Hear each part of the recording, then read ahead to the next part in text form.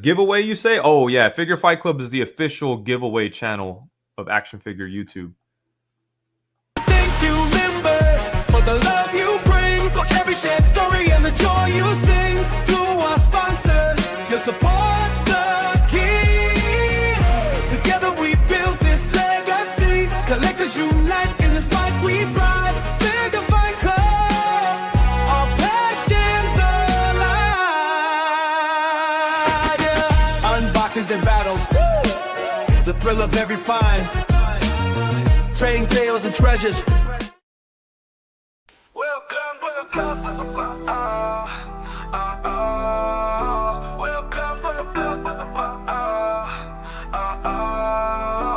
welcome to Figure Fight Club, where collectors come to play. Discussions from relevance to hot toys shaped by collecting. Where pour a drink for yourself, collect your thoughts. Join us on this journey in action-packed talks. In the club, the fight is on. Action figures shine like the break of dawn. Collectors gather around, any drink will do. In Figure Fight Club, we welcome you. Welcome with the flow, with the flow. Welcome with the flow, with the flow. Raise your drinks up high and let's cheers. You're among collectors and like-minded peers. From stores to conventions, we take you backstage, exploring figures from modern day to the Stone Age. In the club, the fight is on. Action figures shine like the break of dawn. Collectors gather around, any drink will do. In Figure Fight Club, we welcome you. Welcome with the flow, with the flow. Welcome to Figure Fight Club presents Plastic Journey Podcast. Hope everyone is doing well in the chat. Thank you guys for being here tonight. We have an exciting show planned for you all. And hello to the replay squad as well. But before we bring out our VIP, I want to bring out our co-hosts. So everyone, please welcome Lucifer. Lou, how are you doing, man? I'm good. How you doing, Abby? I'm good, dude. I'm doing good. It's Friday. I'm jealous with all these people posting pictures from ZoloCon. Video Power Gaming. What's that, Video Power Gaming? Me too. A lot of good stuff, and my wallet. Yeah, no. Yeah. I mean, well, the thing is, the good news is our wallets are safe right now. Right now, it's just planning for later. It's going to be the problem, because when we do, like, I'm going to be at Toylanta. I know you're going to be at Toylanta, and it's going to be a massive problem, to be honest with you, because we're going to be. I have a list, and I don't make lists. Right. I have a fucking list of stuff I want to buy. Yeah. But anyways. Oh, go ahead. Real quick. No. Well, I this morning, Savage Crucible put out their notice saying that Brynjar, I don't know how to pronounce it, they got him in time for ZoloCon, so he's there. People are buying him.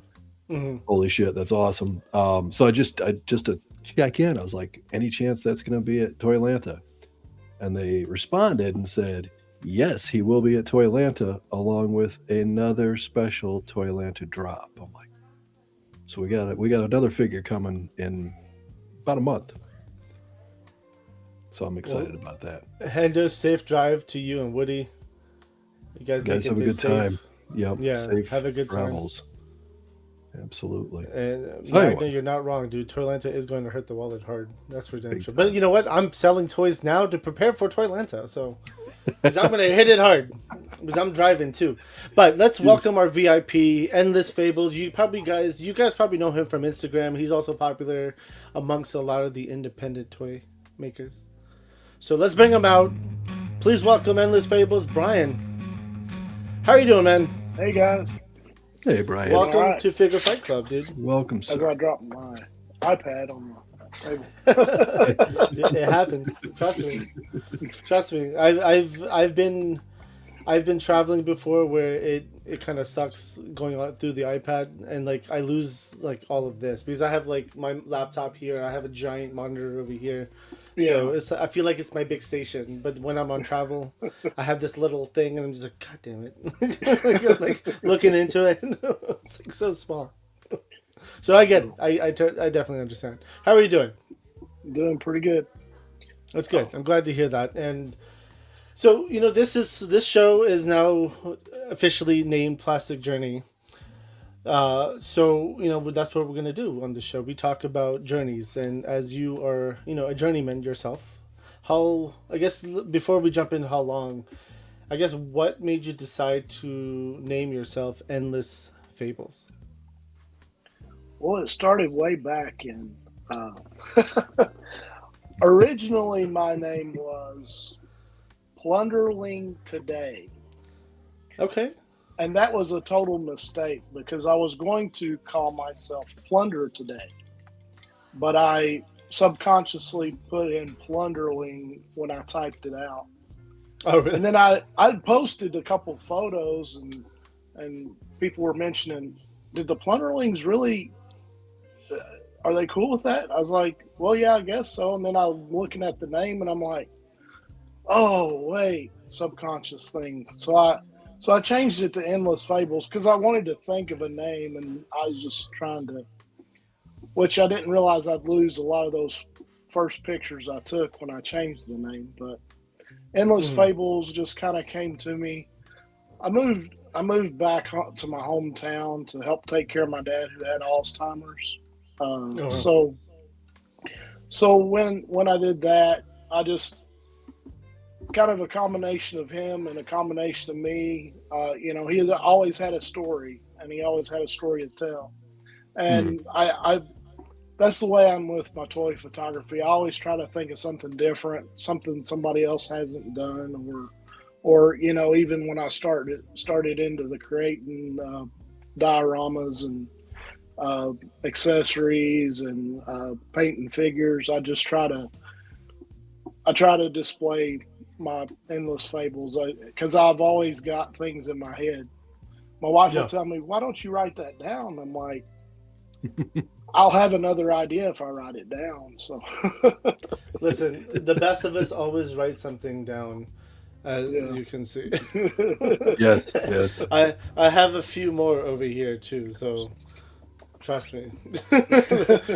And I don't know what it is about writing something down. It makes it like it's like a contract. You have to do it at that point. And that's how I look at it. And granted, I should probably write all this down on my phone because my phone is the thing that never leaves my side at this point. But I don't know what it is. I'm a little old school in that way. Pen and paper.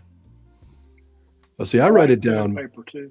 You do the pen and paper? Yeah, see, I can't read my handwriting, so I can't do that.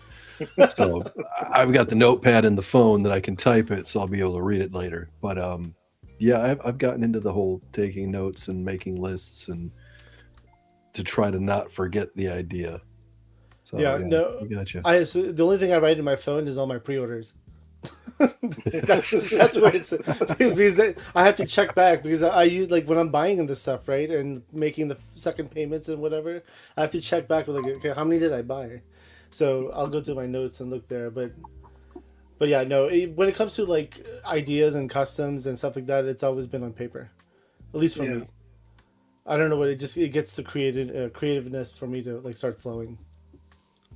Hustles, what's going on, dude? So how long? So you said way back when, right? That was the word you described just now. So how long have you been collecting?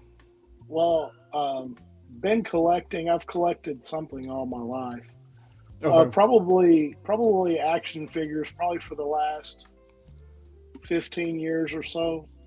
Okay. I really dove deep into collecting the Kenner Star Wars. I bought a collection at a yard sale, and then I'm like, I can complete this. And then as I was going, I would find something here or there. It was all about the hunt, really, and so that's kind of where I started. So the excitement for the hunt. I 100% agree with you, and that's when I first started collecting too. I looked forward to going out to like 12 different Walmarts and Targets and Kmart's. It was amazing. It was a great feeling. And then like when you find it, that what you're looking for, it's like that excitement. It's like in your like head and your body is like, man. Like a lot of people don't understand why I got into cards, and like it's one of those feelings is really to bring that feeling back, because I lost that with toys. Like last few years, I don't care to go to the store to look for toys anymore. Because what's the point? They'll just come to my doorstep. Cards though, don't. You gotta go to the store. Well, the thing about the toys is you couldn't find them in the stores anymore. I mean, Yeah. if I go to my Walmart, I mean, there's nothing there. I mean, it's been the same figures for probably the past 2 months, which I know a lot of people's had those nice displays, and I was like, man, I just wish I could find a Walmart that had that. You know, I've I'd only stop seen in- two. I've seen two Walmarts that have that display. I've been seen in none. about 10 different Walmarts, and none of them had that display, and I was Yeah. like, so Yeah, no, I get it. So you said 16 years, and it was Kenner Star Wars that got you down that path. I guess. Yeah. What else did you? How did you? Kenner was the 3.75 inch, right? That was the small scale. yeah. So what kind of got you into more like the 6-inch stuff that you're doing today? Well, Or do you do everything? I mean, I really don't know. I don't do everything anymore. I sold my Kenner Star Wars. I felt like they'd reached the peak to what they would ever be, so I sold those. I'm continually selling my collection. I've got a lot Recycling is a good thing. yeah. So and I got into Marvel Legends, and I did buy some of the Black Series Star Wars figures. You know, then the movies kind of, I don't know, they kind of killed it for me. Killed the Star Wars anyway for a while. The new movies. Was it Last Jedi that did it? The newer movies, yeah, probably. So Yeah. I feel you. It did it to me too. I was also, but that another thing with that, it kind of broke nostalgia with me. So, so I was collecting Marvel Legends too, which I would have collected DC, but I just didn't feel like the figures was a good posability and stuff. I really like to pose the figures and stuff. So I never really got into DC. So Marvel Legends was really a big thing. I was collecting it around the time Rhino came out, you know, in the build figure packs and stuff like that. So I collected Marvel Legends for a long time. Before me and my wife got married, she came to my apartment, and I had the Spider-Man classics hanging from the ceiling off a fishing line. She thought I was crazy, but you know. So this is while you were dating your wife. Yeah. Like when you first met her. So she knew what she was getting into after, beforehand, and then you married her. I figure if somebody accepts me for who I am, I don't try to hide who I am. So, I'll go to the park and take pictures of action figures, and, people look at me weird. It starts conversations with some people, it's, what are those? Are those Mythic Legions? So it's kind of fun, in that sense. No, I get that completely. So, it's funny because I only started collecting figures after being married.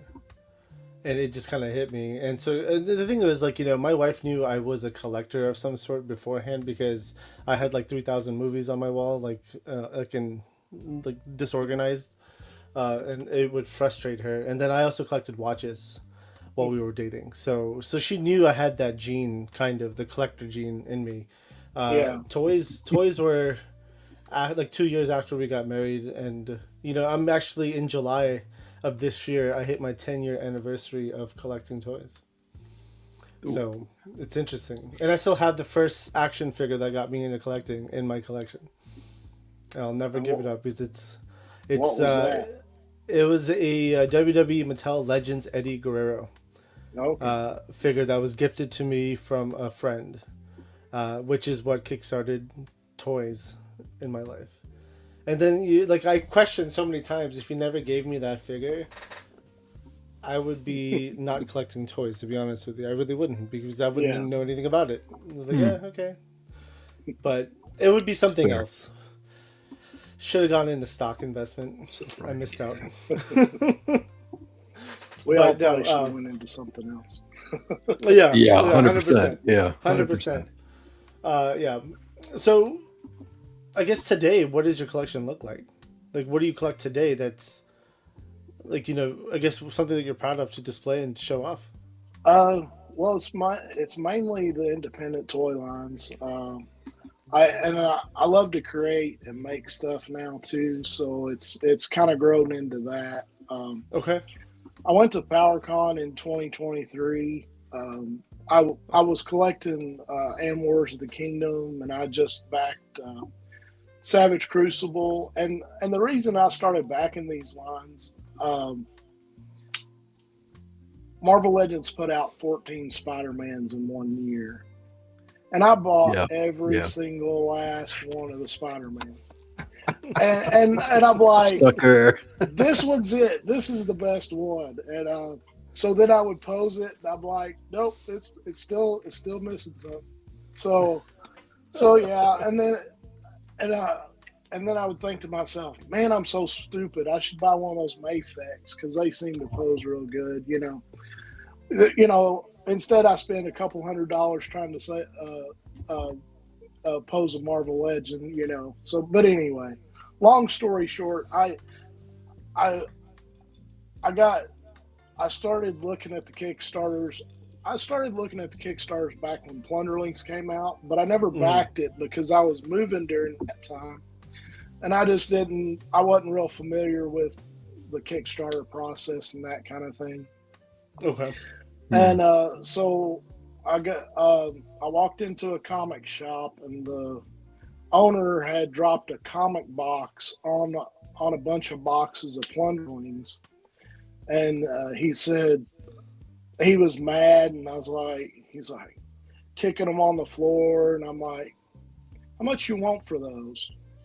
He was mad, and he's like, $15 a piece. I was like, I'll take all of them. He's like, seriously? I was like, yeah.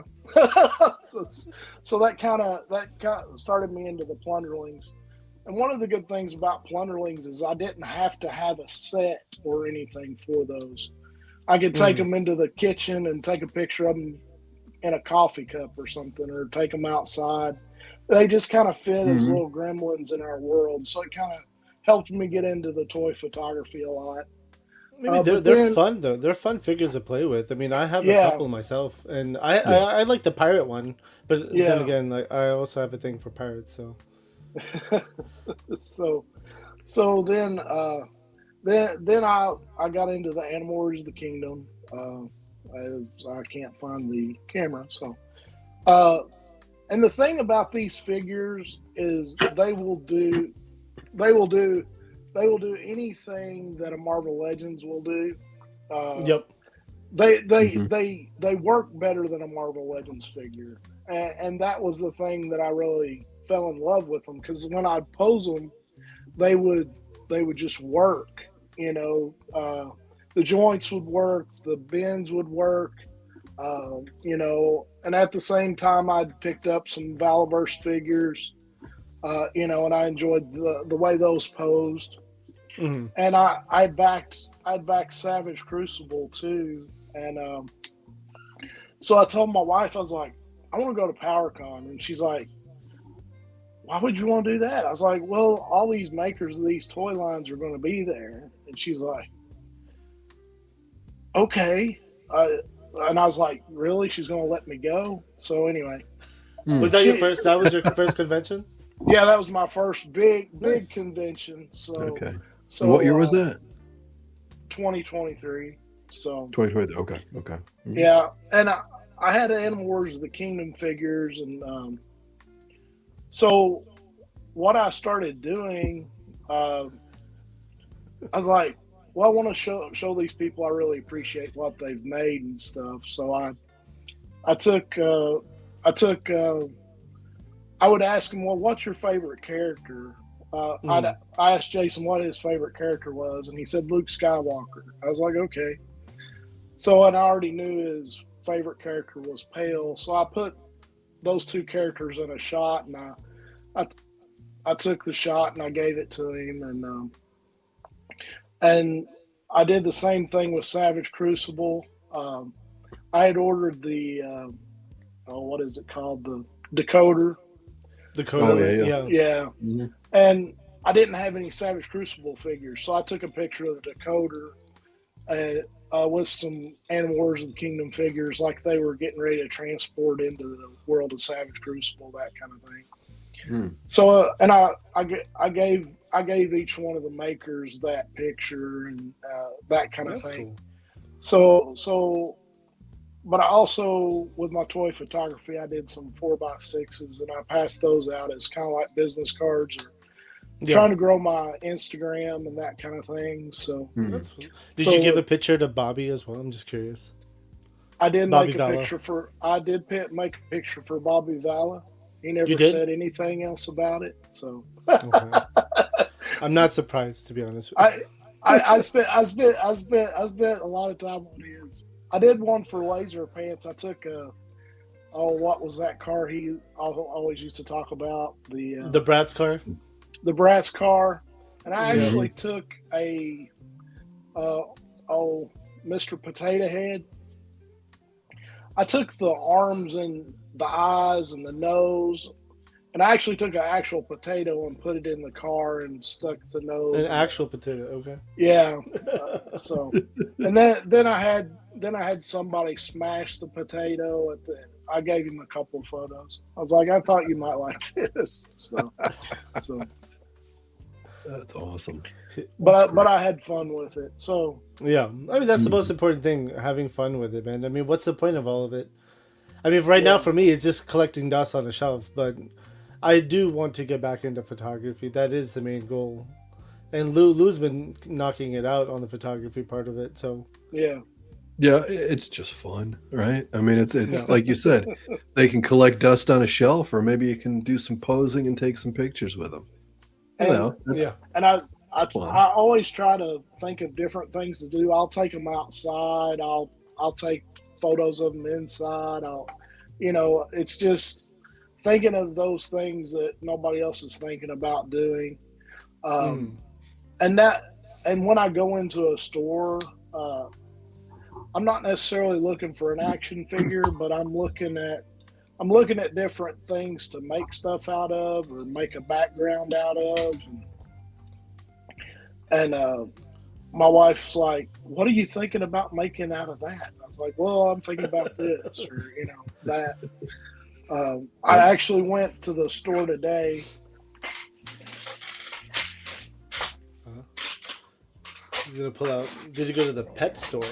Let's find out. No, I didn't go to the pet store. I went to a vendor's mall.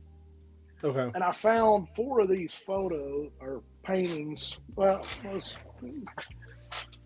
oh, nice. So that make for a great background. Yeah, that does make a good background. And it actually fits perfectly in one of my dioramas that I built. So yeah. Oh, very nice. That's awesome. So I've got 4 of those pictures. They're all a little different, but $10, and I got a background. So, I mean, that's the thing is, I've been trying to go to the pet store because Lou convinced me. He bought some. Was it like rock foam or whatever? Foam, aquarium foam. It's for it's like a foam. There's squares. There's 2 of them. You can put them in like a I don't think these are for an aquarium. They're for a terrarium. Terrarium. Okay. Right. Okay. But it looks like rock formation, and it's a great backdrop behind everything. And then all the plants, all the aquarium and terrarium plants. Dude, I have so many now. And Abby, you got to get some. I'll show you what I got later. Yeah. But, I have to go to the pet store for my puppy, so I figured, you know what? While I'm there, might as well go shopping. 2 birds, 1 stone, man. Exactly. No, I definitely want to do a setup because, again, I'm getting back into the whole fantasy world. So that's where my head is at right now. So, and man, I'm dusting off all these barbarian figures, and I'm just like, I can't wait. So I want to have fun. I want to have fun with this stuff. And so, again, have fun with it again. Right now, I've just been too busy buying, and they're just now sitting in boxes. Yeah. But then that's why a lot of people see my sale posts now, right? Because I've been selling just to get rid of boxes. I'm tired. I don't want boxes on my floor anymore. I want everything nice and organized. I'm trying to get rid of stuff to have more creative space, for making stuff, or I'm sewing some flags and stuff, which y'all see maybe. I was soon, gonna, so. I was gonna say, do you have some of those flags to show off on screen? We don't have to do it now, but we could do it, show it off later. But Yeah, I can roll over and grab a couple of them. I think. yeah, So, but I've got some secret things that you're probably going to want one of them when I get them finished. So. probably, probably. I've seen your flags, and I definitely want some of those. Yeah. 100%. I totally agree with you. And definitely where you're coming from. But before we jump to the next question, I did see a super chat from Razunda. Thank you very much for a $4.99 super chat. Didn't even leave a comment, so thank you for watching. Lou, would you like to play a video for Razunda? No message, but we appreciate it. Thank you very much, Razunda. Give me a second. Yeah. I'm still slow at this. Hey guys, don't forget to check out Figure Fight Club. Awesome. And then there was a question in the chat from Goose. Goose, Brian, what would be the 3 best tips you can give people about posing figures for photographs? The first thing I would do is buy Animal Wars of the Kingdom figure or another independent toy line. Keyword is independent. Yeah, independent toy line. Probably with posing, I would think about what I was doing.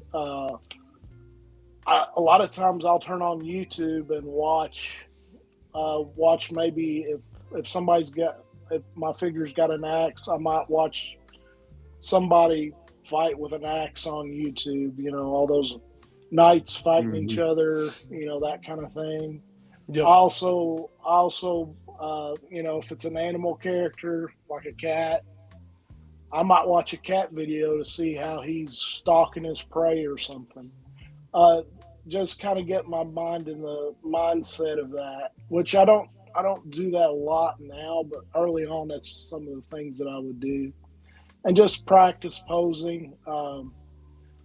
I personally will pose a figure before I go to my diorama or where I'm going to take a picture of it, which I do that a lot because I'll take a lot of pictures outside.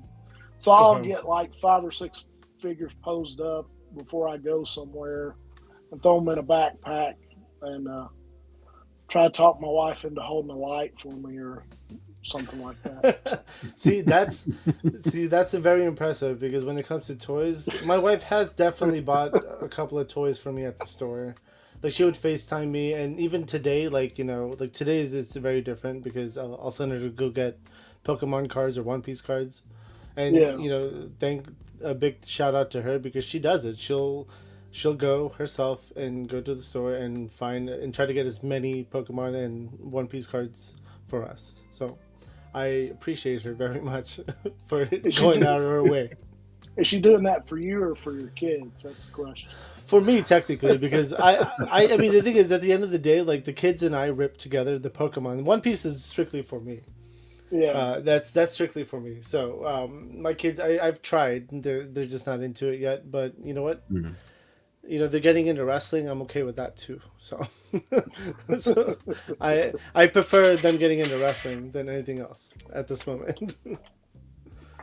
But no, it's hard to find amazing wives that will come out and help your hobby and support it. So, I agree. Well, my wife is always supportive in pretty much everything I've tried to do. So, we'll go to Cumberland Falls is near my house. So, so we'll go there. And, the funny thing is she'll take off with one of my figures and I'll be turned around. Where'd that figure go? And she'll be over next to a tree taking a photo of it or something. That's cool. fun. So she's participating. That's nice. Yeah. So she gets into it. She was kind of awkward with it early on. I'd have people stopping and talking to me or looking at me weird. I'm like, I don't really care what people think of me. I'm just having fun. So, but yeah, that's kind of some of the things that we do. Yeah. So I mean, that's awesome. The fact that she's kind of participating though. I love that. That's awesome. yeah. Now, does she know how much you spend on figures? I'm just curious. Does she know the Remember, truth? this is live, and watch later. Keep that in mind. You can play the fifth. It's okay. I don't think she necessarily does, which I recirculate my money with selling the figures to get the new figures. So I mean, that's the best way to do it, honestly. Yeah, I'm learning that myself right now. So yes. which she likes to go to the toy shows with me because I'll see the exclusive. What are you doing? Oh no, Johnny Cock, welcome. He said, "Are we ripping packs in the members show tonight?" We are actually because Travis P. You know what? I have some Pokemon here to rip too. So, and a big shout out to Travis P. because he hooked me up with some One Piece cards that we're gonna rip and on members only. But you know what?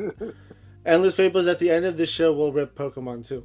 All right, sounds good. We're gonna do a double feature of ripping cards. Sorry, Lou. Well, Lowest rated members only tonight. People have already left. They're like, "Oh shit, let's get out of here." No, is it today Pokemon Day anyway? It is actually. Today is Pokemon Day. I thought it was. So, So, you know, I've known you for a few years on Instagram. At least I followed you for a few years now. Yeah. And I knew you were like the king of the independents. You always kind of supported the independent toy lines. So now this might be a controversial question. You don't have to answer if you don't want to. Which one is your favorite? Well, I have an idea. And when it comes to independent. What'd you say, Lou? I said I think we know the answer. I think I know the answer. Well, Animal Warriors kind of hit me really hard. You know, Okay. Savage Crucible's up there too. Probably and Plunderlings is right up there.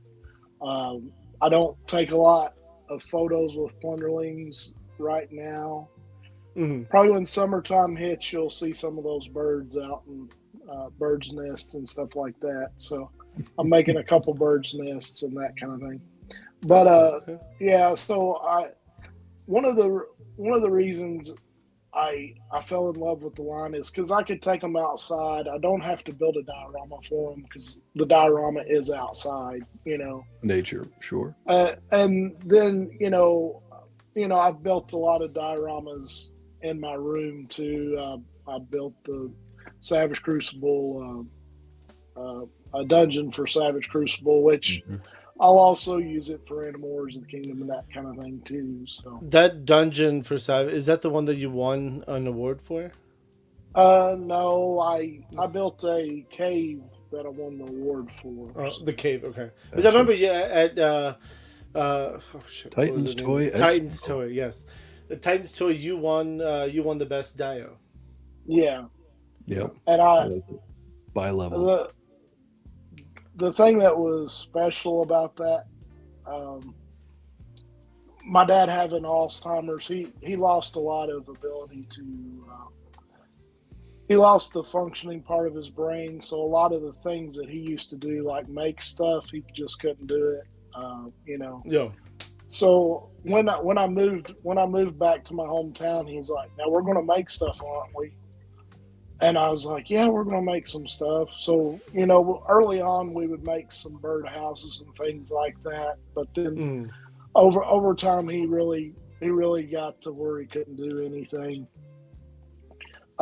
And he became bedridden, so I began to make stuff because that's what he wanted to do. And he'd sit there and watch me and laugh or, you know, shake his head like I was crazy, that kind of thing. So, but that is nice though. I mean, I agree. My father had dementia, so I understand where you're coming from. So so I built that cave with him, sitting there watching me and that kind of thing. So, and he was very creative. It's where I get a lot of. Well, I get it from my mom too. Just being around, doing those creative things with him was kind of special, and it was a special time for us. So, so That's awesome. It's good that you guys got that. The fact that you made it the Dio with your father, and it also won an award at a show. Yeah, that's a great feeling, man. I gave him that award too. So Awesome. and he was. The funny thing was he was really into awards at that time, and my dad was never into awards. And I brought that home and I gave it to him, and he was excited and he laughed and stuff. So That's nice. It was a special time. So That's an awesome moment to have. Absolutely, that's good. Yeah, dude, that's Goose. That is a touching moment, man. I really wish I had a story like that with my father, but I wasn't as close, honestly. Especially with this side, and he was sick for a long time before my father ended up passing. But when he did pass, the whole family was surrounding him. So, but trust me, man, I understand. Dementia, Alzheimer's, it's a bitch. yeah. So. I don't want my worst enemy to go through that. So Yeah, for sure. 100%. Mm-hmm. Definitely. I don't have any enemies though. So not yet. But if you keep winning, The night's not over. No. if you keep winning diorama awards, you might get a few enemies. Yeah, if you could do something a little less creative this year, maybe give me a chance.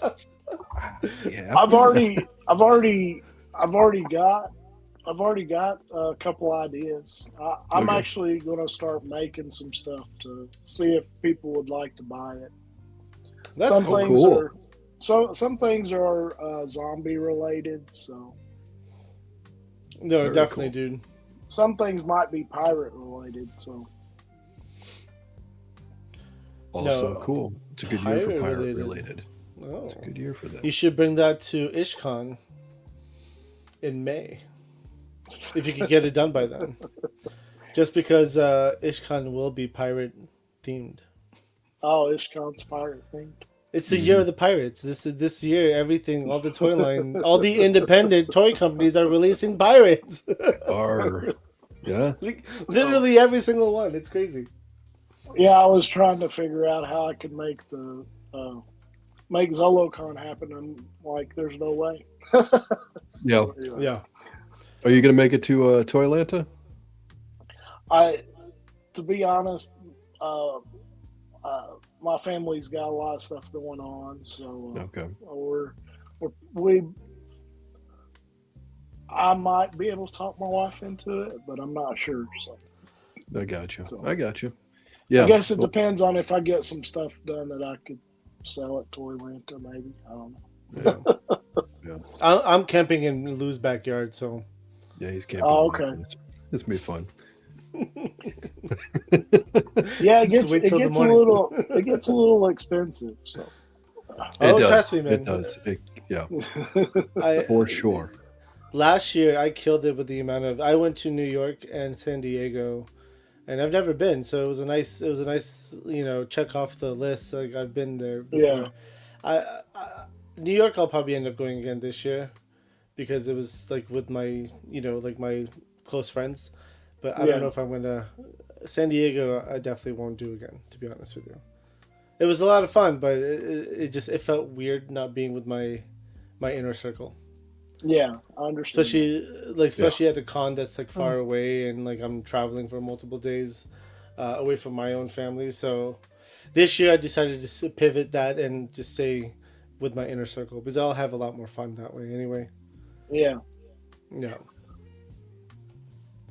But yeah, no, I have never been to Zolo, and I would love to go one day. But it's just so early, man. February? Like, it's so early. That's I don't the know if painful there's thing, 10 right? foot of snow on the ground yet or not. So Exactly, yeah. There's a lot of snow up there. There's definitely a lot of snow. It's packed in. So, I don't know. And Zolocon's what? Pennsylvania? The PA? Yeah. PA, yeah. Okay. Okay. Yeah.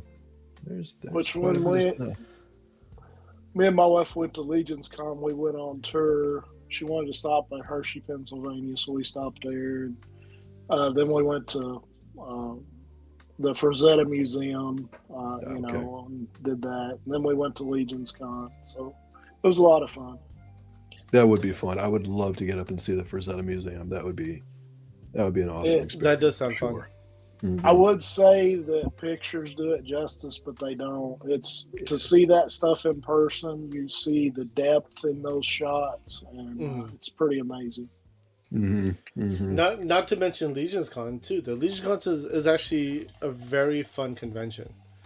And the amount of artists you see there is ridiculous, and you see everything.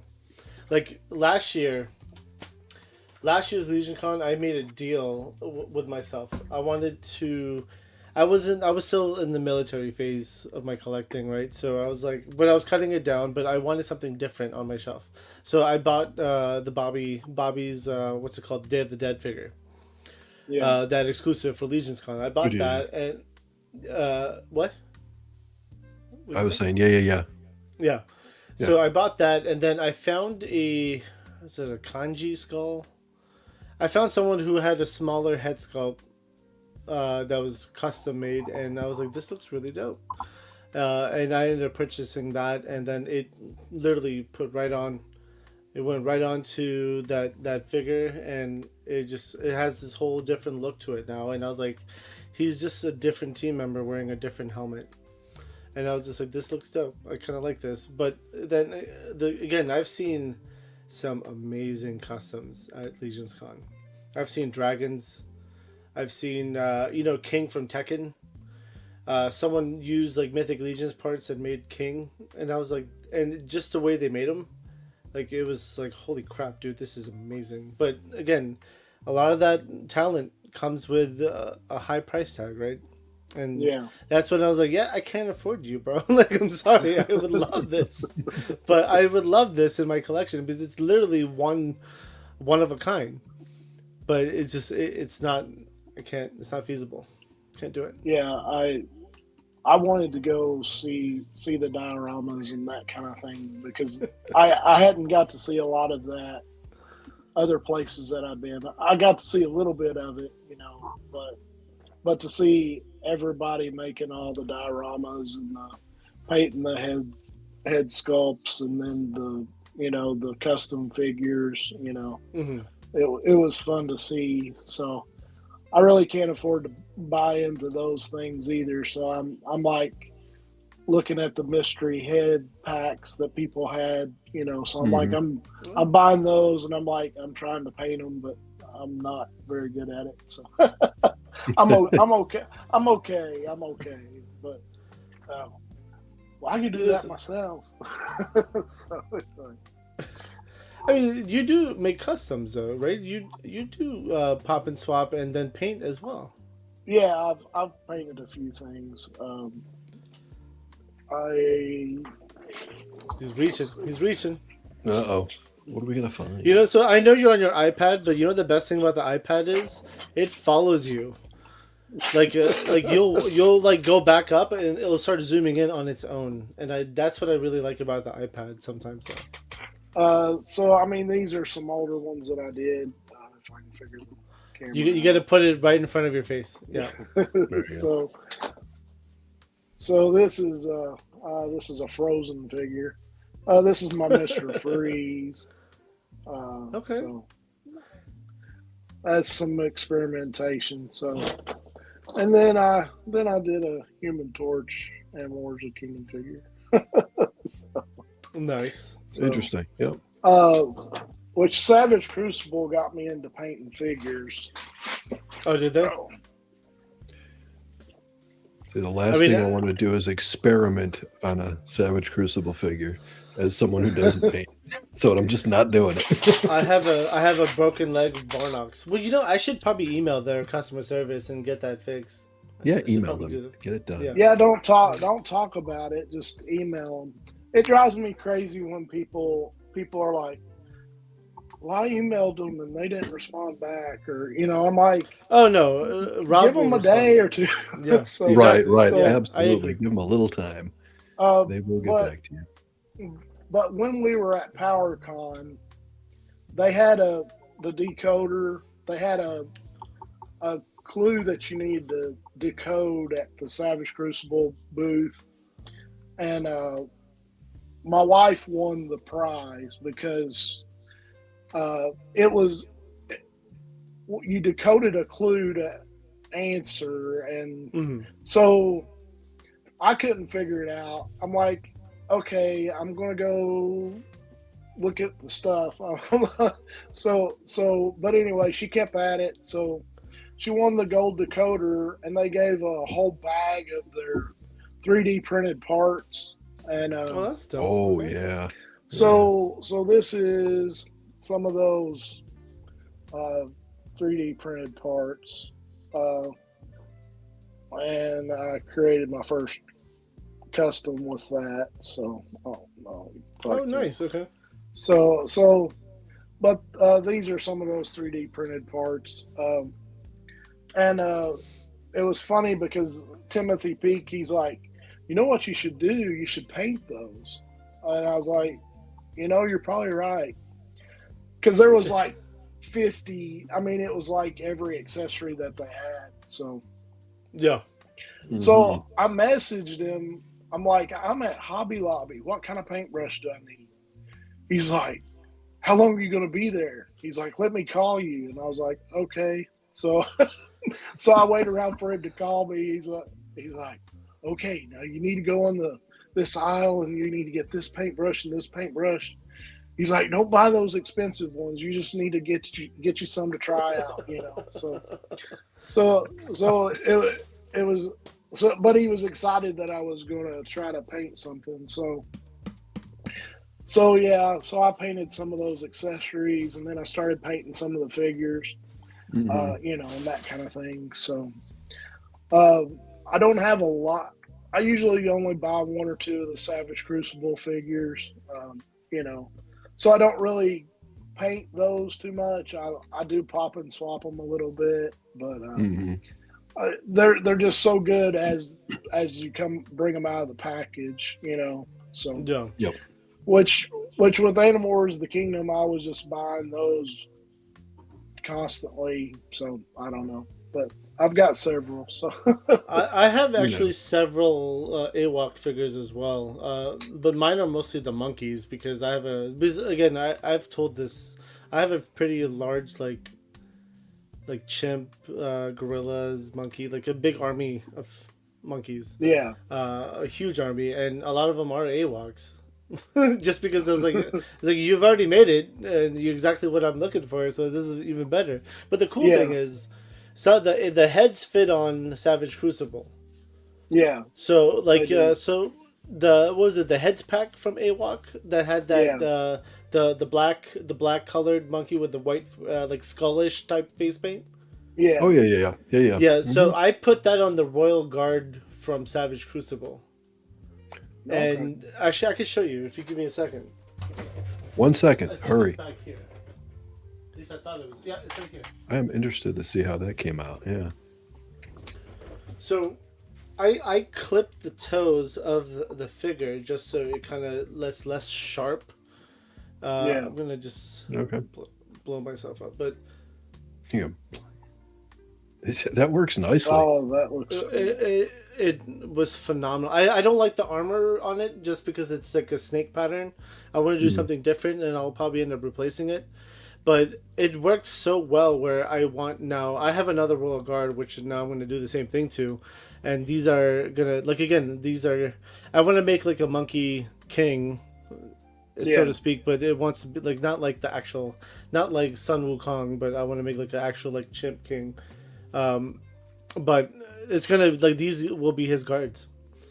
And this is perfect because you have the black and white theme that kind of goes with it. The skin is still scaly, but you gotta get close. But it could pass for fur from afar away. So from a distance, absolutely. This looks perfect. I mean, my biggest complaint with AWOC was they need like a black wash. To be honest, But this, I really like this head scan, and it kind of already had that wash, and like this was perfect. Like, and now this is on my barbarian shelf right now, just hanging out until I make more. So really cool.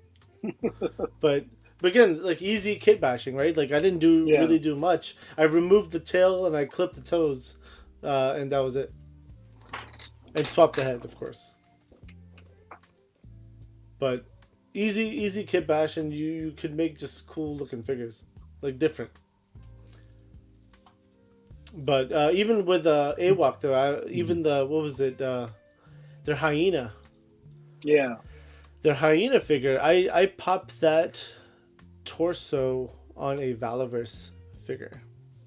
Oh, and I made like a different style, like an animal style, like soldier. I gave him like I don't know the names of the GI, like the characters, but that big white dude that had like the big vest. Heavy? No, I don't know. He had Atlas? a hat. No. It was a GI Joe character. Like one of the earlier ones too. Like had that. He looked like Chuck Liddell in a way from his face. Oh, Gung Ho. Yeah, Gung Ho. Yeah. Yeah. I took his vest and put it. It fit right on the hyena torso, and there you go. It looks great. Mm-hmm. You know, he had the trigger fingers and everything. So I was like, this is perfect. Well, that's a great. I've got an idea that's coming up. Billy knows. That'll be pirate related. So it's all right. It'll be using some independent toy lines. I'll do some cross popping and stuff. So there you go. I'm not gonna say anything, but I'll just let y'all dream about what I'll do. So that's even better. Though, don't give away. Don't give away the secrets until you don't show a finished product. It's like anytime I get a figure, I'm like, I got to take this picture, and my wife's like, well, why are you rushing so much? I was like, because somebody else is going to have the same idea that I do. So, you got to be not wrong. You are not wrong. I have done that a million times. Well, it's like as soon as the barbarians came in, I was like popping Who-Man up. I was popping him out of the package, and she's like, "What are you going outside for?" I was like, "I got to take this picture," and I took a picture of him with his screaming face and the hand of Lemurian on his hand, like he was turning into a lizard. I remember that shot. Yes, I remember seeing that shot. That was great. I was getting so ticked off because they were taking those figures to the convention, and I was like, I need the figures before somebody gets them. You know, it's like, and I'm like the last one getting them. I'm like, well, if I'd have went to that convention, they would have got here on Saturday. You know, but anyway. So. Yes. But yeah. Sure. Well, I did the same thing as soon as I came home from Titans. I mean, literally that night, I pulled the Varnox out and was setting up a diode to take pictures. Because I was like, I got to get this. Nobody else has it yet except for everybody who's at Titans. Oh, dude, I put all the box toys on my stairs, and I probably took a photo just to fuck with people. Yeah. I just want to show off the figure. Yeah, I get lazy though. Like, dude, I still have stuff from Titans sitting in boxes right now. It's horrible. I'm a hoarder. It is horrible. It is horrible. Problem. I have a problem. I think I've photographed everything I've gotten from Titans at least once. Gotcha. I have stuff from New York Comic Con, San Diego Comic Con, still brand new in box. It's sitting in my floor somewhere.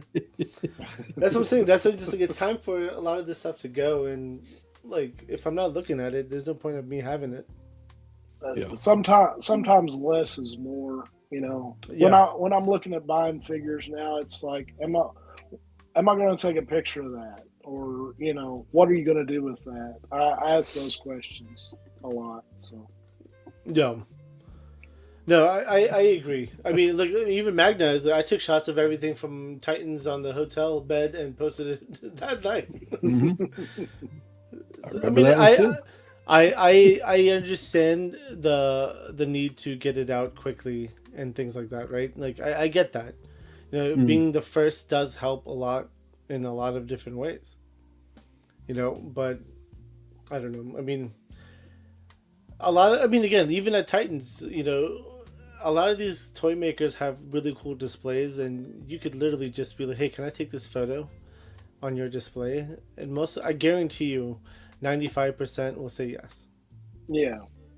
Yeah, 90. That's the fun thing about some of these, you know, smaller, you know, the independent manufacturers is like they know who their customers are. Their customers, you know, want to take photos and want to like make customs and have fun with their figures, and they kind of know that, and they're ready to do it. Just don't touch the stuff that's like, you know, test shots and not out yet. That's all. Yeah. That's the biggest no.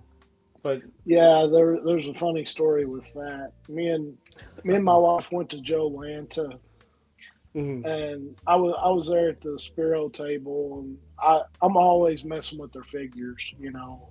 So I'm posing them and stuff. Derek's there posing them, and my wife's, you know, picking up this figure, that figure, and looking at it a little closer. She grabs the what is that one called? Felonious. She picks up Felonious, which is it's not even a prototype yet.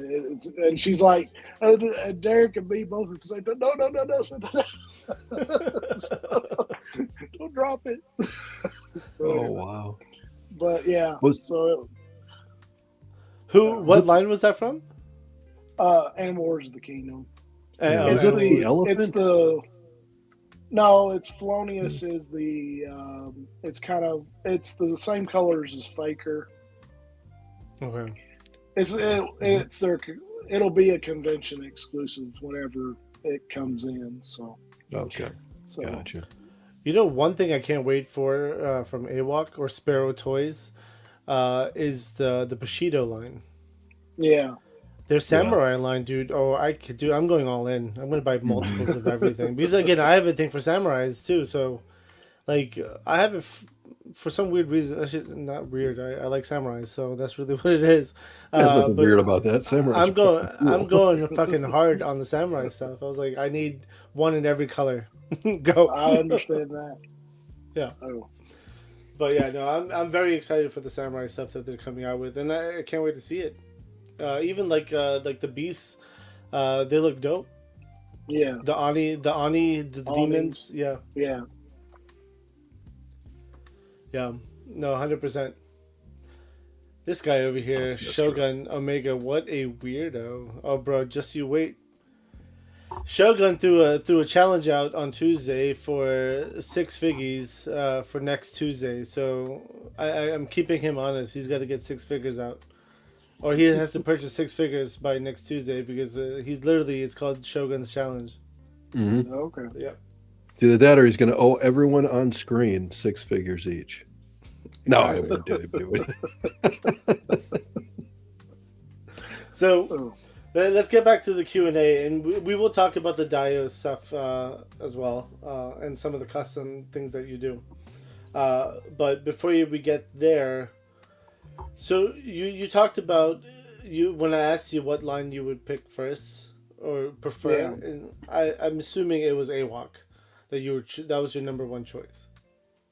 I would say it's AWOC Savage Crucible. Yeah. Mm-hmm. Probably AWOC first.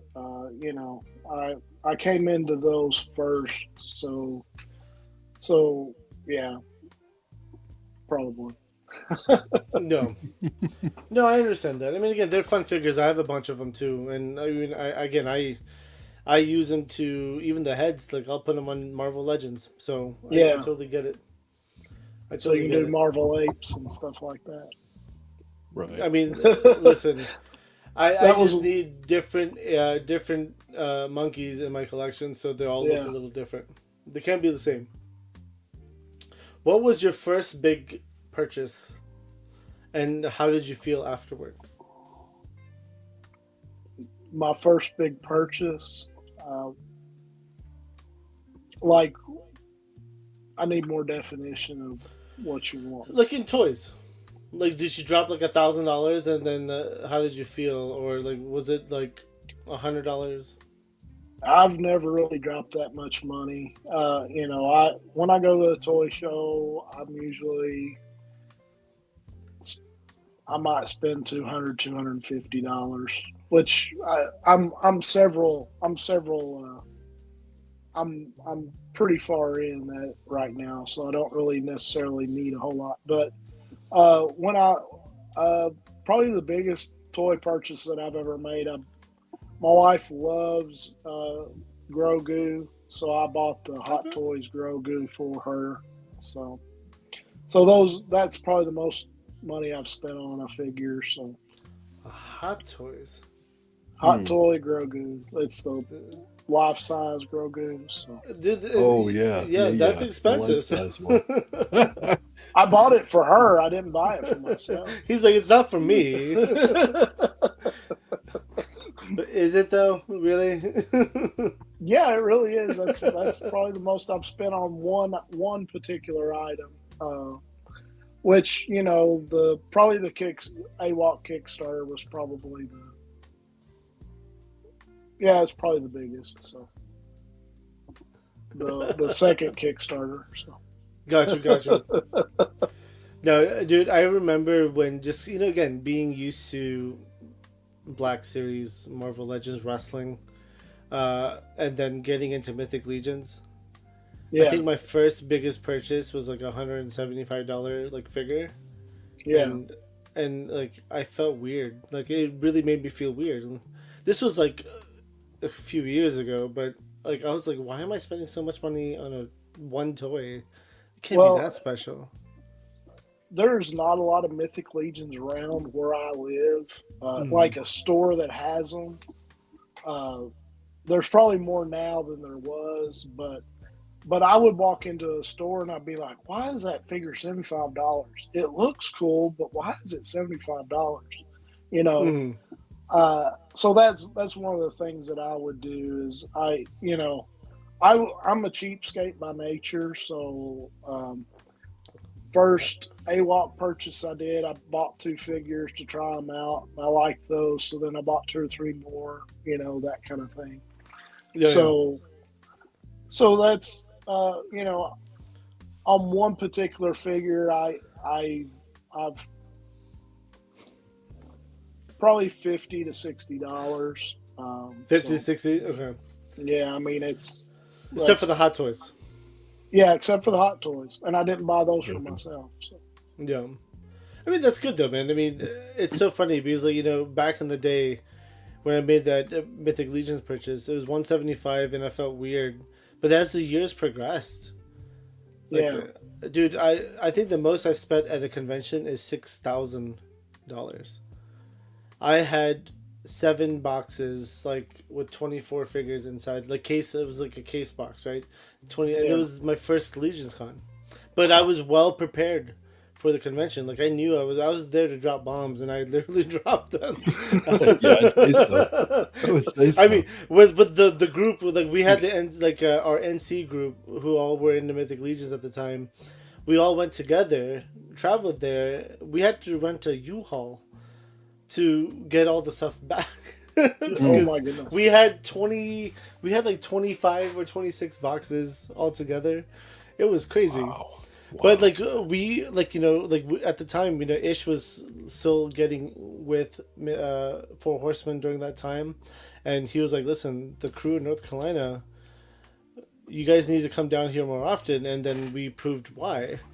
Mm-hmm. And that's literally, we made a statement that con. And the funny thing was, we were the first ones at Legions Con to bring carts, these little carts, wagon carts with us.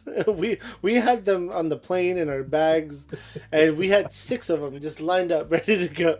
We spent the night in the lobby to be first in line. And we went ham. It was great. It was a fun show.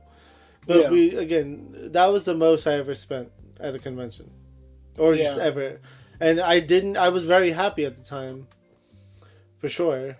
But again, I was very well prepared for dropping that much. Yeah. I actually went under. You really have to be anytime, regardless of what you're spending at a con. You've got to at least mentally prepare, if not mentally and financially prepare. And be responsible though. Bills come first, guys. Yeah, Well, absolutely. And the thing about the shows is, just because you see it there, don't mean you have to buy it there. You know, so, That's true. So Yeah. I usually stick with the exclusives.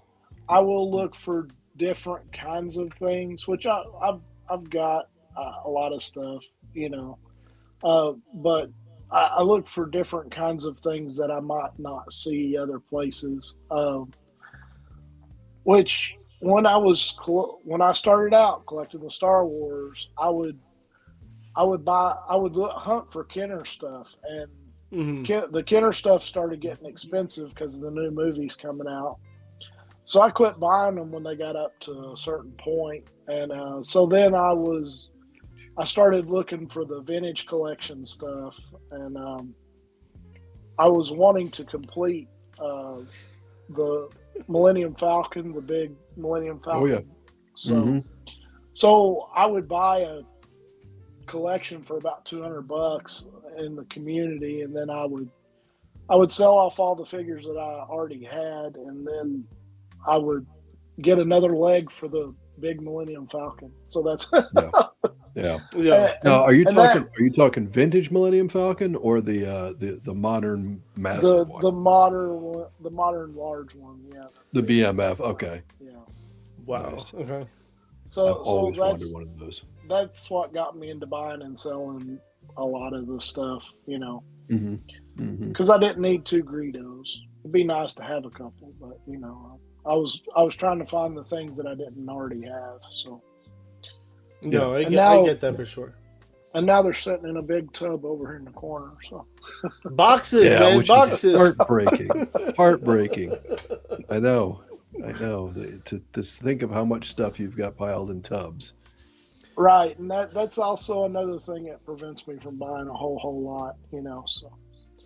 But it's a struggle when I go to a convention that has the independent toy lines, because I like creativity. I mean, that's the big thing for me. I like seeing people's toy photography. I like reading these the comics of Spiro and Savage Crucible and some of these lines. I really like Monster Force stuff. I'm trying not to go all in on that though, but Yeah, me too. I've bought a couple. The other day I got my shipping notification for Chatsworth, and I was so excited because I had so many photo ideas for him, and I was like, man.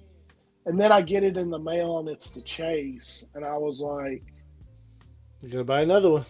I gotta buy another one. I can't open it. I was like, Yeah. Now, what's the chase for that? I didn't know there was a chase for that for Chatsworth.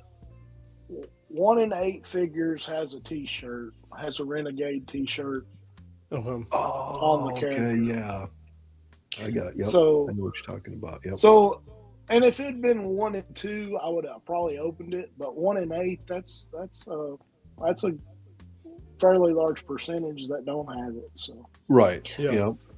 So so I had to wait for another one to come in. So, Mhm. and I had to apologize to my wife. I'm like, I have to order another one of these. So I mean, it's required. You got the Chase version. You can't open the Chase. so Yeah. It is. That's a tough dilemma for sure with the Chase figure. Yeah. yeah. Because then again, if you never open it, did you ever get a chance to really enjoy it? That's a dilemma that you've got to weigh with. Well, it's sort of I found the Wonder Bread He-Man, and I bought a collection that had the Wonder Bread He-Man in it, and when I saw it, I was like, I can't believe I paid that for it. But I got the Wonder Bread He-Man, and I was like, okay, I can keep it, or I can sell it and pay for my collecting for the next 6 months. And so, Right. So I sold it. So You sold them? more. So yeah, I sold it. So Yeah. But here's the thing: I had it, so that's the way I look at that. So For sure, yeah, you had the opportunity. Yep, and I'm with you on that. Certain Grail type items, sometimes it's just fun to be able to see it in person and Yeah. just actually, even if you're not handling it, which Yeah. like a rocket Boba Fett would be. And I've never seen one of those in person, but sometimes that can be enough. You're like, okay, well, I got to see it at least. Yeah, real well, I got to see a lot of interesting stuff when I lived outside of Cincinnati. So I was really close to Cincinnati. So I was right there where Kenner was, that kind of thing too. So I saw a lot of cool stuff. Saw a lot of people's collections that was pretty amazing. So that would be incredible. I actually found the Imperial Shuttle, what is it? The Tidarium? Is in Kenner? Yeah, the Kenner, the big one. What was the big thing with the two wings out to the side? The shuttle Tidarium. Yeah. From Return of the Jedi. I had purchased one of those. And I was set up at a toy show there in Cincinnati, and one of my friends is like, "You've got that box?" I was like, "Yeah." He's like, "There's a guy around here looking for that." And I was like, he's on the box. He was one of the kids on the box, so that was kind of no kidding. Yeah, it was kind of cool to pass that on to him, so yeah. Oh, that is amazing. Cool. That is amazing. Yeah, because back then you always had all those, all the boxes had kids on them, real people. Yeah. It's like, who are they now? Yeah, I remember seeing that and just like I remember being a kid and watching these kids in those commercials. I'm like thinking, how can I get that job? Where do I have to be to do that? How do I sign up for this? Yeah. Oh man. Going to be in California, Lou. A lot of fun.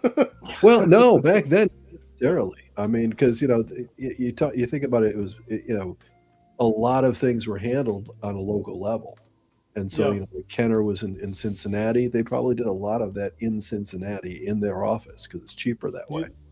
Well, rather than a studio, though, I feel like you're going to be somewhere else. They probably had a studio in the office to do that. Possibly, that's true. That's a good point. Like for instance, my grandfather did. He was in. I don't know if anybody, if you guys ever remember is years ago, the store called Zare. They were big up in the Northeast, and they were basically like a Kmart, Walmart type place. Yeah. And my grandfather had worked in the advertising for them in Rhode Island, and all of that kind of stuff because he did a lot of the photography. He would set up all the stuff for the catalogs and whatnot. And that was all done right there in Rhode Island because that's where they did it, because that's where the offices were. And that's, so it wasn't anything of hiring outside for that, handled a little differently back in the day. Okay. No, I get that. Before I ask the next question, I do want to, yes, my wife came home early from happy hour tonight just so I could come online. But she knew I was going to be super mad at her if she didn't make it home on time. And thank you for coming home on time. Thank you, Mrs. Figure Fight Club. Otherwise, the sacrifices that you have made for this man. Yeah, and we 100%. Appreciate you, truly. We do. Hey, listen, she wasn't here when I was giving her kudos, okay? She just showed up. That's right. That's right. She just showed up. So she wasn't here. So Brian, let's talk about your setup and your space. Again, as a fellow collector, space is our biggest villain, our biggest enemy. How is your space like? How's your toy space? Well, do you have it like one room specifically, or is it all over the house, like Lou? Well, my wife's been gone this week, so it's been all over the house. And then she kept saying, "Well, I'm coming. I think I'm going to come home a day early." And I'm like, "Oh no, I got to pick this stuff up before she gets home." Well, like the cat in the hat at that point. I've got probably my toy photography room.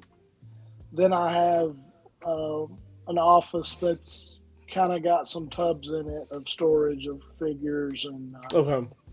I need to do a big purge really to get rid of some of this stuff. So, and then I've got one other bedroom that sometimes overflows, but or it overflows from that office into that other bedroom. So, but yeah, I consolidated a lot of tubs over the week, so I got rid of 6 tubs of stuff. So that was pretty. That's good. a lot in a way. I mean, Oh, yeah. I was Well- excited to get rid of 2 boxes of toys. So 6 is impressive.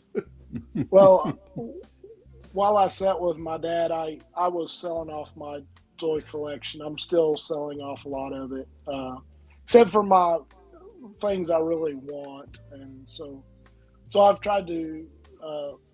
I've got a couple vendor mall booths that I put stuff in, and that. Oh, kind of that's thing. cool. So You said vendor mall boots? yeah. So What is that? a vendor's mall has booths in it that you can put stuff in, and then the place sells it for you, kind of thing. Oh, so it's like Yeah. like Like that. an antique shop type thing. Okay, It's like gotcha. Yeah, it's like an antique shop, sort of. Oh, got you. Yeah. I get what I know what he's talking about, because there's that famous shop in California that does it for the toys. You talking about Frankensons? Yeah, Frankenstein. Yeah, it's similar to Frankenstein. Kind of. Okay. Yeah. I think Frankensons, most of the vendors are actually there though throughout it, but a similar idea. I thought they sold it on your behalf because it's like by the barcodes and stuff that they put on. Is it? Okay, I could be wrong. That's possible. I know people who are trying to Yeah. open that in North Carolina right now. So Right. We've got yeah. So they were asking me, like, "Are you interested in putting your stuff there?" I was like, "Yes, I am." It's like 100%. Sell it all. Okay, So I how- just thought I gotta take something back. I did think of one figure that I bought for myself that was more expensive than any other, and it was the Popeye 2-pack. So I From did buy Mezco? that. From Mezco? Yeah, Mezco Popeye 2-pack. So okay. The Bluto and Popeye. I have that. That's a great pack. It's a good way to spend money though, because that's a fun pack. yeah, it is. And Mezco and Mezco, like again, I love Mezco. They do an amazing job. All the accessories are generally on point, and the Popeye figures though, and the Bluto figure was a really good job. Yeah. Yeah. Yeah, there was some amazing looking figures for sure. So, go ahead, Lou. Real quick before we jump further, I wanted to bring up Johnny Cock with a $5 super chat to Mrs. Figure Fight Club so that Abby could log on and come play. Cheers. Now, Abby, you make Thank sure you, that Johnny. money. I was gonna just say that. I was gonna fucking say that. Like my wife was gonna be like, "Hey, give me my $5." I'm like, "No, YouTube takes half of it." Well, then she gets $250. Yeah, This is for you. but Johnny Cock, thank you very much. Thank you. Thank you so much for the super chat. And because I remember now, just as I was hitting that one, we talked about this Tuesday. Here you go, Johnny.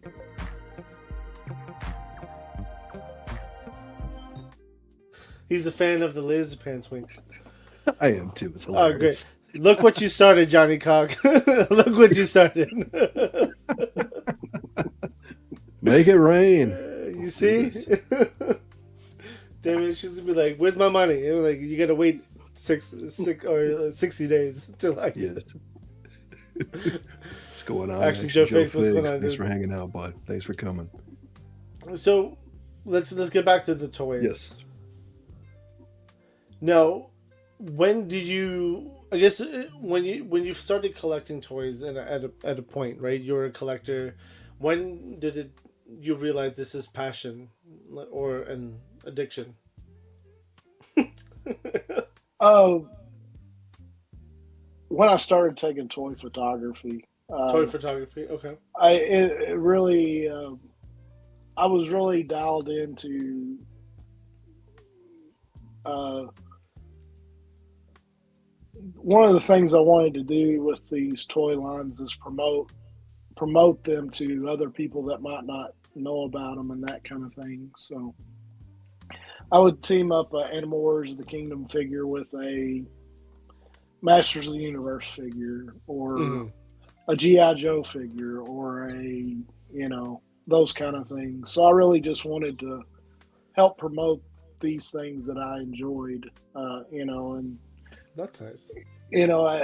At Christmas time, my friends that don't collect this kind of stuff, I might give them a AWOC figure or a Savage Crucible figure for Christmas, that kind of thing. So, so that's some of the things that and I love creativity. I love being a part of a community that enjoys creating stuff. And you go look at people's photos and you're like, how in the world did they do that? Some of them are like they took a paintbrush to it, and trying to figure out how somebody did something, or you're like, can I see your setup? So that kind of thing. No, I definitely understand what you're saying there. So I guess I do have another question. Whenever you're done, though, go ahead. Okay. I mean, I guess I'm done. Okay. Well, it was off of what you said. You gift toy like figures to non-collectors. So, Go ahead. to pick up on that, so because you just brought up, I've got a question now for you on that. In doing that, have you created any collectors? I've created a couple of semi collectors. Okay. I know when I'm posting pictures on Instagram, I've had 2 or 3 people reach out to me that are like, hey, where do I get those figures at? That kind of thing, and that was early on when I was doing the photos and stuff. Yeah. And probably the time that I knew I had a problem, mine and my the addiction. I don't like that word, but anyway, I get what you're saying, though. Yeah, That's fair. yeah. My nieces came over. I think one of them was 6 at the time, and the other one was like 2 or 3. And she looked.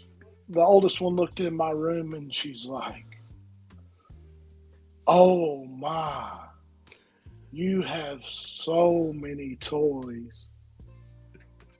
You don't need that many toys." And I was like, she's probably right. So I would have been like, hell yeah, I do. Don't judge me. Not a matter of need. It's want. It's purely want. But she saw me taking a picture, and she's like, "What are you taking a picture for?" I was like, "Well, I'm trying to help my friends, sell these figures." She's like, "What are those?" And I was like, "Well, they're Animal Wars of the Kingdom." And she's like, "Can I see one?" And I was like, "Yeah." And the neat thing about it is that she was picking up these figures, and she's like, "Now he's a bad guy, right?" And I was like, "Yeah, he's a bad guy." Mm. Oh, well, this is a good guy, right? And yeah. And she comes in, and she's like, Can I set up a picture? I was like, "Yeah, go ahead." So she gets in.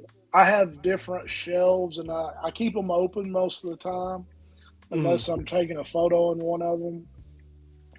So it just gave her a little play space, and she's like, now, do you have any money? I was like, yeah, I've got some money. So she wanted play money. So I got her some play money for the figures. And she's like, okay, this is their hideout, And I'm like, it's cracking me up. But it's getting them creative too, though. Like with kids these days, man, they need it's very different kids these days than when we were growing up as kids. Yeah. And they need a creative outlet. And like I love the fact that you're saying the story, because even my older son, it's hard for him to play with toys. I've noticed that. Like I've seen it. Like and like I'm like even today, like the last like week, he's been into wrestling toys. I love it, and I'm like, hey, you want another wrestling toy? Here, take this one. Take this one. Here, let me give you 5 more, because at least I'll see you playing with them, and that's the important part. But like the other day, he said to me, he was like, hey, Papa, can we go in your room and pose up a figure, and we could take photos of it? I want to pose it. And I was like, sure, we could do that. That'll be fun.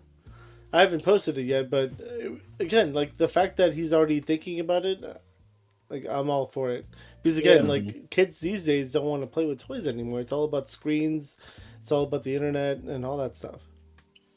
Well, it's funny, one of the local toy shows around me, I set up every time or try to. Mm-hmm. And I'll pass out, I'll give people 4x6s and stuff of my photos. Okay. And there was one little boy that came in. Well, I say little, they were probably 10, something like that. It's still little. And he's talking, he was talking to his friend. He's like, yeah. He was pointing at an Animal Wars of the Kingdom figure I had on the table. He's like, yeah, there was a guy here last time, and I think he works for them, because he gave me this picture, and I just started laughing. And my wife started laughing. And I was like, you mean me? And he's like, oh, yeah. And then he starts, I'm looking for a Godzilla figure. I was like, I don't have any Godzilla figures, but that guy down there does. And he's like, oh. And he's like, do you think you can get me a good deal on it? I was like, yeah, I think I can. So I'm always trying to help the kids out. My wife, we were at Joe Fest one year, and it was Saturday, and we'd been there Friday. And so I'll start conversations while I'm standing in line. And we were talking to this guy and his son, and I was like, well, what are you hunting for? And, the little boy would tell me, and, my wife loves to help kids out. So we were at I told her, I was like, well, you know who has that figure, don't you? And she's like, no, who has it? And I was like, remember that clearance booth, or that booth that was selling off all their stuff pretty cheap? Mm. Yeah. I was like, I think that figure's in there, So she's like, as soon as it opens, she runs down there trying to find that figure. and she finds it, and she gets it for him. And so she was excited to do that. So we try to do things like that. Oh, that's nice too, man. That's I mean, again, cool. it's helping the community, and that's what it's all about. So I agree. It's bigger than I am. So right, and passing that on to a little kid, you know that that kid's gonna remember it and go home excited as can be. Like somebody gave me this, these people bought it and he handed it to me. Yeah, that's a good feeling. 100%. I love seeing that with people, at cons, taking care of things like that. I remember one of the first times I went to a con, I went with my son, and he was about 10 years old, and I'll be right back. Okay. And there was one guy who I had met in one of the chat rooms, and that was, I guess he was local, and he says, "Oh, I got a booth set up there." I said, "Oh, great, we'll come by and see you." He goes, "Well, how old's your son?" I said, I want to say maybe he's only like 7 or 8. Could have been 7 or 8 anyway. Yeah. So I said, he goes, "Well, bring him by. I'll have a surprise for him." I'm like, okay. So we get there, and we went down and met him, talked for a little while. He had figures. He had a whole bunch of little figures, G.I. Joe figures. And he's like, "Oh, these are for you." I'm like, "All right, how much is that?" He's like, No, just take them home." My son's just, his eyes are just, I can have, thank you, but it was a cool feeling to see that. And to be able to go ahead and pass that on further to someone else is awesome. That's a fantastic feeling for sure. Oh. So I remember I've seen you at a lot of the shows, and we actually met and talked at Titan, right? That was the first time I ever spoke to you. But I remember seeing you numerous times with the Spiro guys. I think at Joe Fest one year, definitely at Toy Lanta and Joe Lanta. Yeah. Trying to think. So you've got kind of a friendship with them, more or less. You've built a camaraderie of some sort, at least over the years. I try to build relationships with everybody, so it's I just ask them questions and aggravate most of the time. So I doubt that's the case, but that's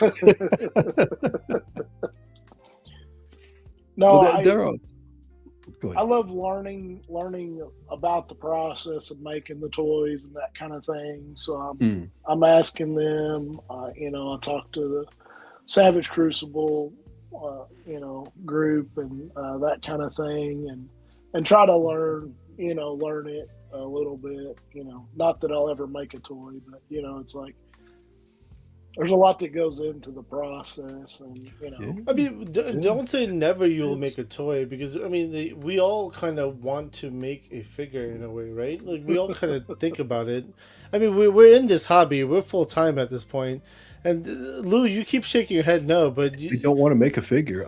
But I love learning about, like Brian was saying, learning about everything that goes into the making of the figure. So let me ask you this then. Okay, if you can make your own toy line, what would it be? Are you talking to me? We're talking to you. Yeah. Well, I'm gonna ask Lou as well, but yeah, you. I'll be honest. I can't really say that, because if I decide to make it, I don't want somebody to steal my idea. That's a good point. Okay, good point. Yeah. I mean, I will say that I do like cryptids, and that kind of stuff. I like all of these creatures that might be real or might be fictional kind of things. So, got you. Okay. So I know people are making some good stuff, but I'm not seeing anybody make some of the things that I would think about making. So yeah, I definitely have ideas for sure. Yeah, and I haven't seen it yet. No, really? Yeah. Okay. Mm-hmm. Interesting. I did see a comment from Goose saying, "Ask a Goose question." All right, let me grab one. No, I did You flag got one. Yeah. So, Goose asks, "Do you travel with pocket figures?" Yeah. I always have a pocket figure. It's usually Atreyu from Wars of the Kingdom. Okay. Occasionally I'll have a Plunderling hanging out with me. And because you never know when you might get a photo idea. So that's true. That's true. Good point. Yeah, now, Lou, do you travel with a pocket figure? Not really. Am I weird? I might be weird. A little bit. We're all weird in our own special way. Thank you. Thank you for that. Lou's freaking weird. I'm freaking weird. I travel with a case. This is my travel case for my figures. And I literally, there's like 3 figures in here. And I take it on every business trip I go to. There's Ziploc bags just in case I buy more. And then in this case, you have Cesare in here right now. There's a Baki from Storm Arena, a Chun-Li as well. Apparently, there's a chair. Oh yeah. Well, they need a set. There's a set. Yeah, there's a whole thing going on over here. That was my last one that I had packed up to travel with, and it's been sitting here next to me until the next trip. Then I'll repackage it up and it'll go in my backpack. Nice. I think part of my problem is I don't go very far to need a pocket figure with me. Maybe. I don't know. I got to work on that. I'll work on it. We'll fix that. Okay. Yeah, I agree. And then Magna Figure Photo had a question as well. Brian, do you build the dio with particular figure in mind, or build then choose figures? I have all these grandiose ideas of dioramas and stuff. I was thinking about putting together a Master Castle Grayskull the other day. Just I was like, I could do that. Just anything that pops into my mind that I think I might want to do.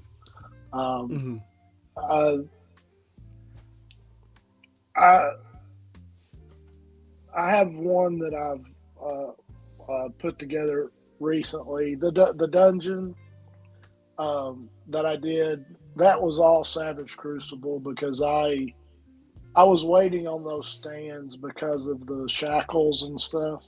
Yeah. Okay. I was like, I'm putting together a dungeon. That's what I'm going to do. So, and that's what I did. So the shackles basically caused me to make a dungeon. Would I ever made a dungeon? Mm-hmm. Maybe not. Okay. But it spurred my ideas in that direction. So. Mm-hmm. I agree. Very cool. Real quick, Sis 3D Arsenal. What's going Welcome, on, dude? Chris. Thanks for hanging out. Don't forget, guys, Sis 3D Arsenal. Use code FFC10 for 10% off. And Chris just put a bunch of new stuff up. We've got, I'm trying to think of what he put up. We got new podiums for G.I. Joe and for Cobra. They look fantastic. I do like his stuff. I was looking at it yesterday. I think I was looking at some of his stuff, so I was trying to figure out some things. So okay, it's nice. I've got a bunch of them, and the colors really pop on it. Logos pop on it. I'm shilling right now. I know. Just let me shill for a second. No, dude, enjoy. Hey, listen, he's the sponsor of Figure Fight Club, so we will shill. We will absolutely, 100%. He's a good guy. So, he is, 100%. Yeah. And also a fellow Star Wars nerd, so we love him. Yep, for sure. So yeah, if you're looking at anything, Brian, buy with confidence. It's good stuff for sure. Yeah. I wanted to highlight. Yes, Wesley K is one of my people. We've been following each other on Instagram since probably early on since I've been on there and stuff. So he's a part of my In Wars of the Kingdom collab group and that kind of thing too. So okay, yeah. So great toy photographer. So yeah, Wesley does he good definitely stuff. is. I follow Wesley's. And he's one of my locals. So is he really? I've met Wesley a few times. Yeah, I've actually ran into. Last time I met him, I ran into him at Target, my local Target, at the toy section. I was like, I know this guy. What's up, man? I love when that kind of. It doesn't happen too much around here, but I love when it does. That kind of thing where we're out here talking on the world wide webs, and then as you were walking away from each other, you're like, did he get that figure I was looking for? Right. What was he hiding behind his back? He knew I wanted that one. Talib, welcome to the chat. What's up, Talib? Hope you're doing well. Yeah. So going back to some Q&A. Now, these might be a little spicy, so I'll just leave it at that. Which figure line is, in your opinion, the most overrated? Overrated? Overrated.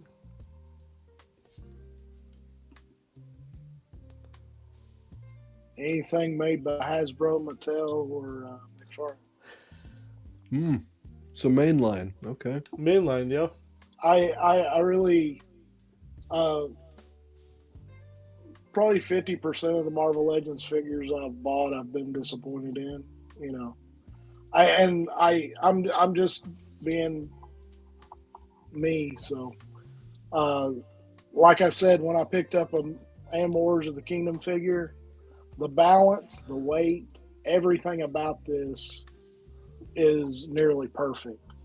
Mm-hmm. And the durability, I can throw this in my pocket and not worry about it messing up or whatever. So that's kind of, you know, it's what I think a Marvel Legend should be, you know. So now there's some that are better, you know, but yeah, nothing against the big companies. I like them. You know, I still buy them occasionally. So I don't think there's as much soul in the stuff coming out of the big companies as there is the smaller.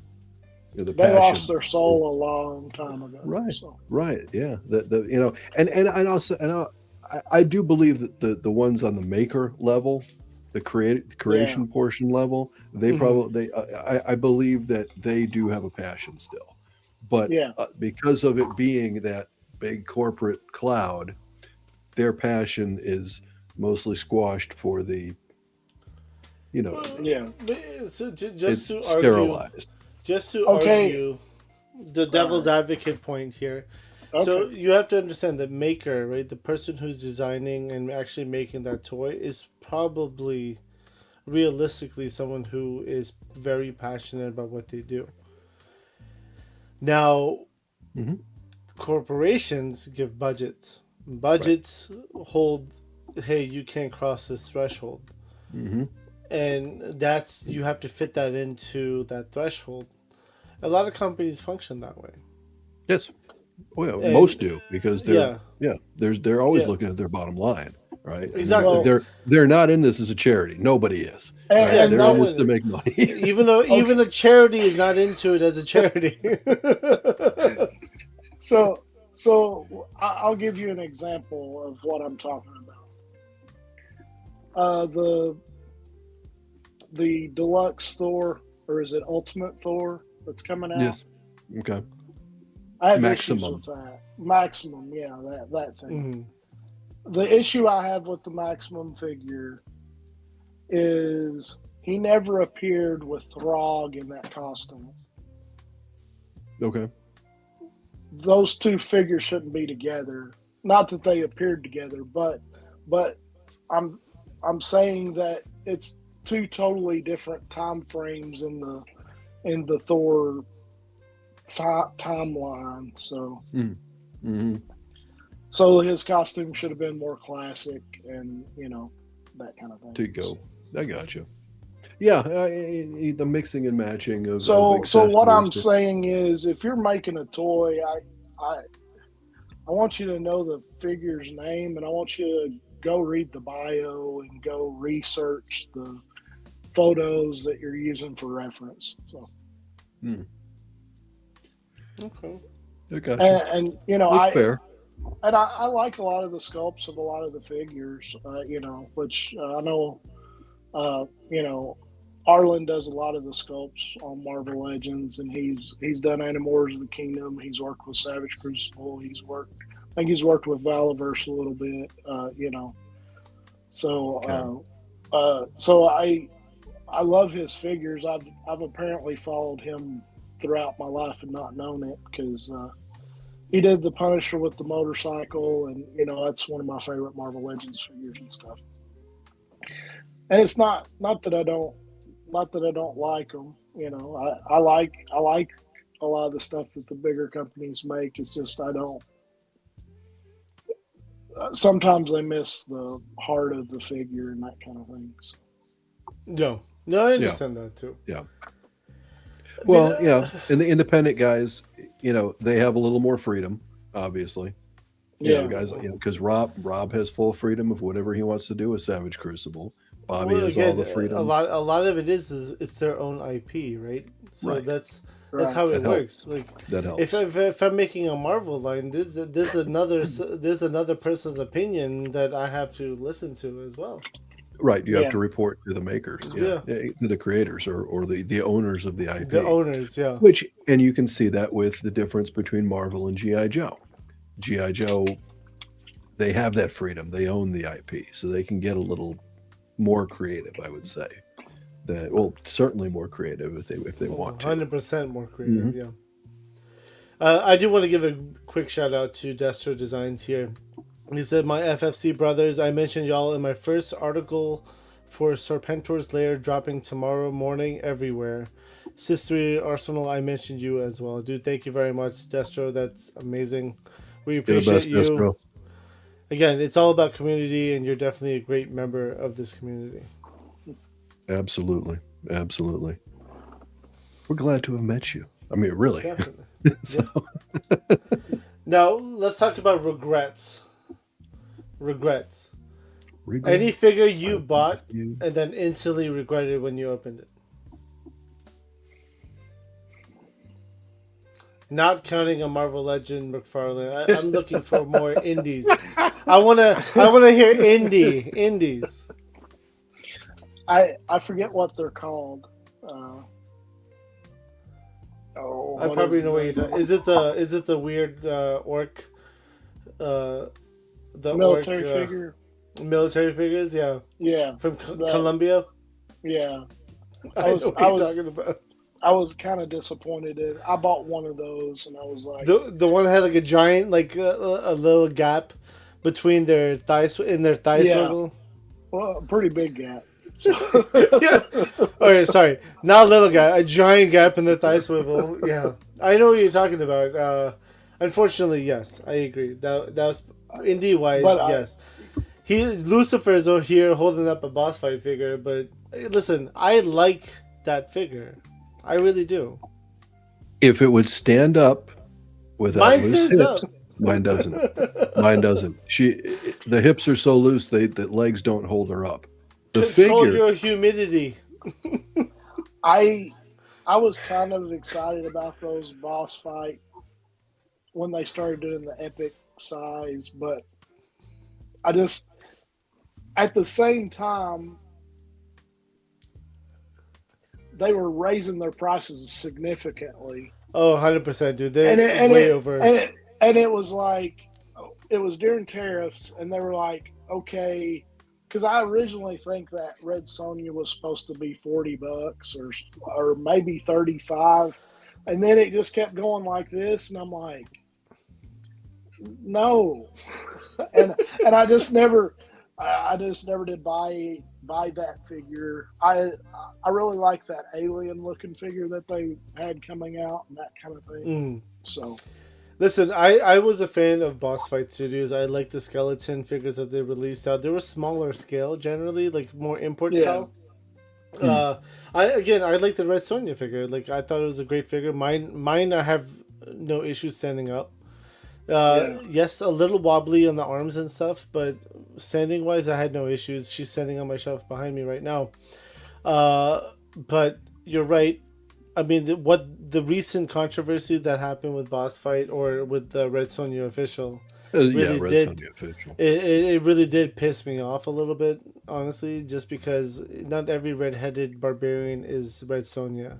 You can't see it that way. Many of them probably existed. And like Rod Wolf is saying over here, if there's DMs are coming, send them to IG Lucida Base 3. Send them there. Don't send them to Figure Fight Club. Hey, send them to me. It's I fine. will block Red It's Sonja fine. official. And here's the thing that I have no inside knowledge, but looking at it from an outsider perspective, I don't think this was a Boss Fight Studio driven campaign either. I don't believe that. Like I said, I could be wrong, but it didn't seem to be the case. Controversy, man. I mean, here's the thing, though. Like, so Four Horsemen released images saying, "Hey, we're gonna release a Cosmic Pack with these two heads," and I love both of the heads. Like the head that was supposed to be on that one figure, and a different head with the green hair, and I was The like, green hair these was are both awesome. great. Like Yep. I'm 100%. I'm buying both. Like I'm be buying hon- those heads, and I'm gonna buy 2, 3, 4 of those figures just so I can have both heads on them, and maybe a third one. Yeah. Yeah. For sure. Yeah. I just, just, I'm not sure I can buy any boss fight figures now that happened. I agree. I'm not siding with either side, but I just know, uh, I would hate to be exiled by a community because of me taking a picture of a Red Sonja figure. So. Well, you can take pictures. Well, yeah. You can take pictures of it. Just have her being decapitated. It'll be fine. So, but that's not sort of my photography. So anyway, Yeah. No, I'm just saying. Like, I agree with what you're saying. I wasn't happy. Like, again, I like the boss fight figures. Like, at least some of the skeletons and stuff like that.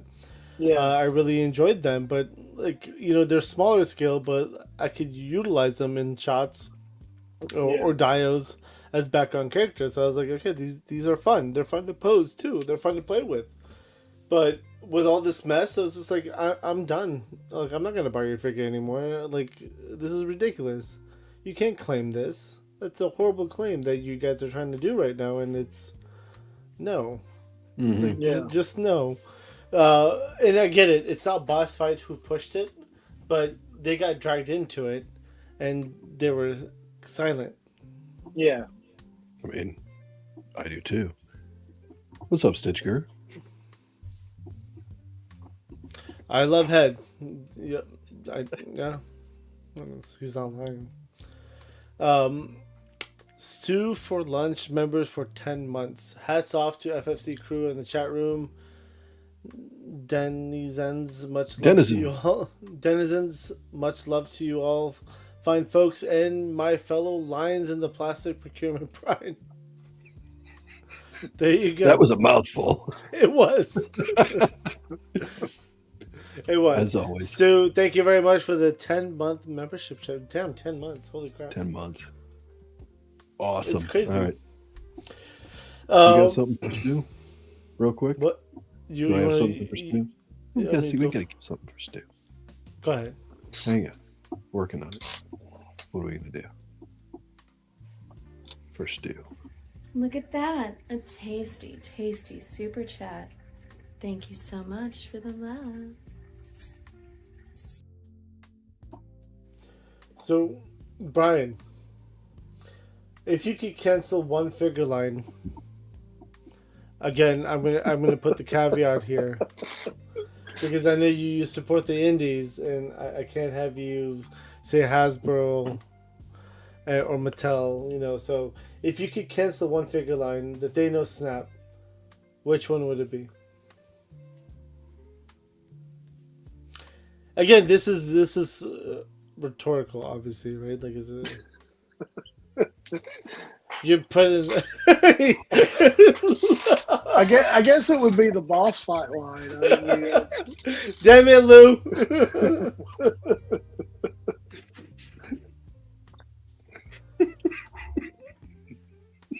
Damn it! I was hoping Lou wouldn't do that again, but yeah. Sorry. He found the scapegoat. I got it. I'm having fun. What? I mean, that's what this is all about. So you would cancel a boss fight, okay? Yeah. Everyone, Brian would cancel boss fight. Oh, it's getting warm in here. It's getting warm in here. It's getting warm. Well, you're wearing a hoodie. That must be why. Is the boss holiday fight season in the chat? I don't know. Doesn't get any hooter than that. Boss fight's not in the chat. You're fine. Trust me. They don't watch this. Oh. You're good. I would love to see Savage Crucible make some of the Frazetta.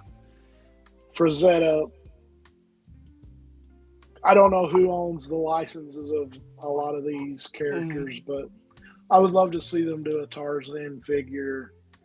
Yeah. I would love to see them do. Well, we're getting John Carter from Mars from Loose. the Was it the Frazetta Museum? No, yeah, not Frazetta Museum. Frazetta Girls. Frazetta Yeah. Girls. That's right. Icon Collectibles, I think is what they're calling them now. So Okay. Icon. Yeah, that's right. I mean, again, like those figures. Again, like I have a few of the Icon collectible figures, and they're not bad. Some of them are bad, yes, but they're not all bad. They're better than Loose Collector. well, here's the thing. Back in the day when McFarlane's first started coming out, his figures was basically statues, and I would call them a plastic. And I liked the way they look. But they were plastic statues, and I'm talking about 100%.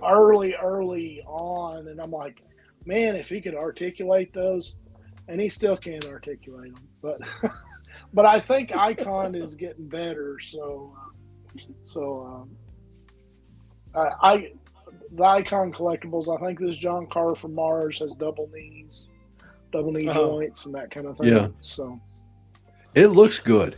You know, Yeah. It does. It does. The look promo good, shots look very nice.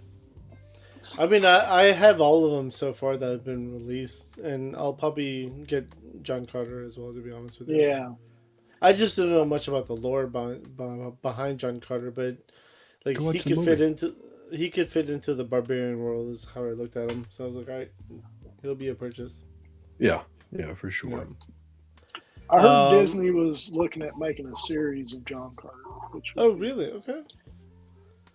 I would be like to. interesting. I would like to see them do that. I think that'd be very interesting. It's they had that movie that I think they were planning on doing a lot more off of it if it had succeeded, but it bombed horribly, which was disappointing because I thought the movie was not bad. I thought it was pretty good actually. I think the movie was really good. The one thing I remember, because I was looking forward to that movie back when it came out, and I don't feel like it was marketed at all. No, They didn't market it at all. They missed the mark on the marketing. Yeah, and I think that may have had something to do with some of that, So. Yep. I mean, there's a lot that they could have leaned into in the marketing for that, which they just didn't. Because that story itself has had such an impact on other science fictions. That story came out that had influence on Star Wars. It had influence on, Masters most of the of universe. Right. Most of the science fiction and fantasy that we grew up on, it influenced. So I was disappointed that it failed essentially. Another series I think they need to revamp, Thunder the Barbarian. I've been watching that cartoon.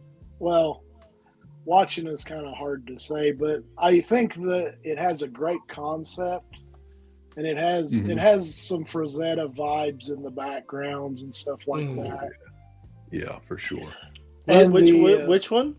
Thunder the Barbarian. Where's that at? Which streaming service? You can find that on Tubi. Tubi. Okay. The whole thing's on there, and it's the concept's great. I can't say that it's a little. It's an acquired thing. You'll probably understand what I'm trying to say when you watch it. But it's niche. But it's cool.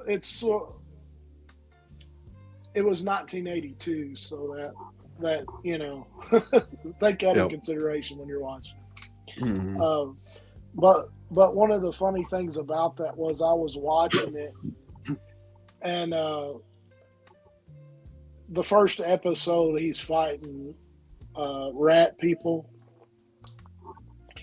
and I went to the Four Horsemen website, and the Rat King was no longer offered when I was watching it, and I was like, I'd have bought that figure if I'd watched this before they canceled those orders, or stopped taking orders for that. So I actually want the Rat King as well. I've been seeing so many fun shots with it, and I honestly, between us, I don't think my wife is watching anymore, but it's past her bedtime, so she's probably sleeping. I really just want to buy a rat figure to put in my kitchen just to fuck with her to see how she reacts to it, because that thing can look like a little rat, and like I was like, oh, that would be fun. Like let's keep it around the house randomly. You could torture somebody that was actually scared of mice with that figure. Yeah, because you could pop. There's like 5 or 6 heads. You could just set them around in the kitchen. And, yeah. Just open up a cupboard and you're like, you could terrorize somebody. You could cause some really mental instability, I think. So. Exactly. I probably wouldn't do that to my wife. I might do it to somebody else. Oh, I would have told you to my wife is my best friend. There's no one else I would take the pleasure on messing with. So, Matt with 2 T's with an 11-month member chat. Nothing deep here, just admiration, community. Thank you very much, Matt. Lou, you want to pick a video? I will pick a video from Matt, and we do appreciate you, Matt. Seriously, definitely. 11 months, brother. 11 months. Let's see here. Let's do this one.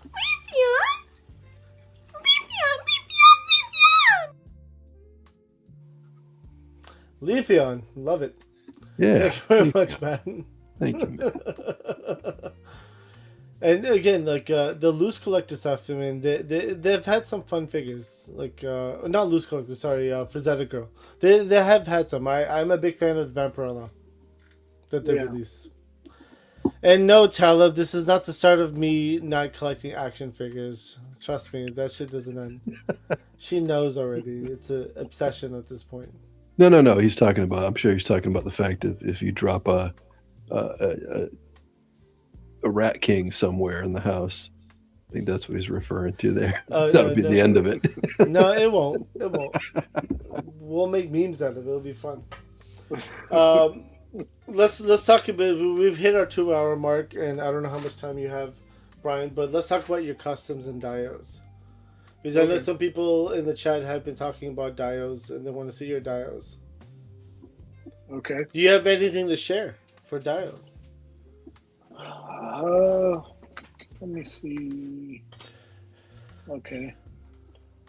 I thought I could change the camera angle around here, but maybe not. There's a way, but you have to go like deep into the settings to do it.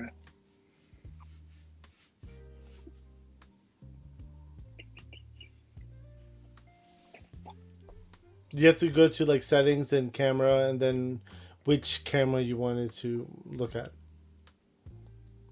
Okay. All right. Shogun, what are we talking about? We'll run it back. I missed Leafeon. something in the chat. Leafeon. Oh, okay. Don't run it back. We'll run it back. I'll take the camera with me. Take the camera with you. We'll supersize you. Okay.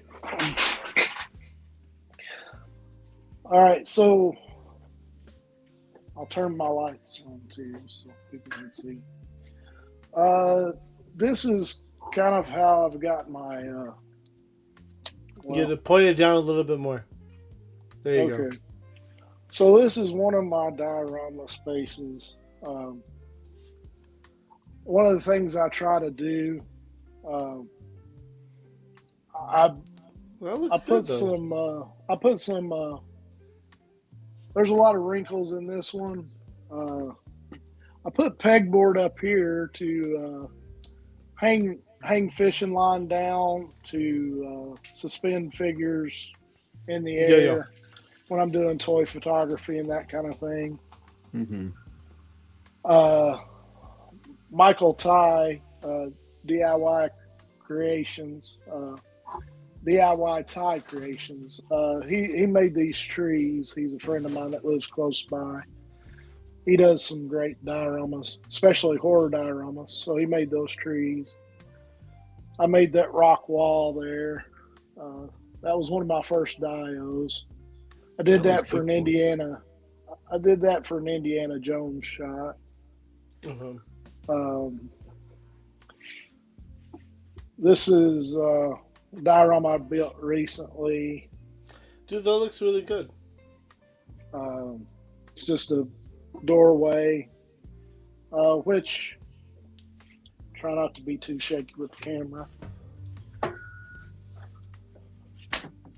I didn't plan this, but that's a perfect size painting No, for this. So, 100%. Oh, that looks incredible. Yes. That looks really good. so it's perfect size for this diorama. And then so there's one. These are extreme sets. So, but I try to Those keep are my fantastic. spaces. I try to keep my spaces clear to take toy photos. I love the fact that you have them in shelves, and that was kind of my goal too. That's yeah, genius. and Yeah. I have my toys a lot in bins, and one of the things I try to do is each time I open a bin, it's kind of new. It's like opening a new figure. So when I'm looking for stuff to do, so here's some of my Marvel Legends. Here's one of my car lots. So, and then this is the other Dio that I've got. Let me This ask is- you, Brian. Yeah. Those sky backdrops. Did you create those yourself too? Did you? No, those Did you are paint actually photography backgrounds for like people doing photography for like portrait photography and stuff like that. I actually have okay. I have a roll of that too, Lou. If you need some. Yeah, so I- I cut those. I got a sheet off of Amazon, which I bought the cheaper stuff, so it's got wrinkles in it and stuff. So that's one thing. Is yours cloth or is it paper? It's paper. It's like I've had it for. I couldn't get it flat, or I couldn't steam it or anything to get it flat. It's like a paper plastic kind of thing. I don't know. Okay. I know what you're talking about. I have like a 6-foot roll my buddy gave me, Yeah. and I've used it a few times for shots and stuff. It's really cool. Yeah. And then this is my dungeon diorama here. I hope Oh, I'm that's doing nice. good with the camera. Spent a lot of time on this one, which was inspired by the bases. So Yeah, that looks fantastic. Is that the one, Brian, that you hung the shackles over the edge kind of thing? yes, it is. Yeah. Okay. So they were like hanging off the wall in your Right. There you go. Yep, there it is. Yep. Which I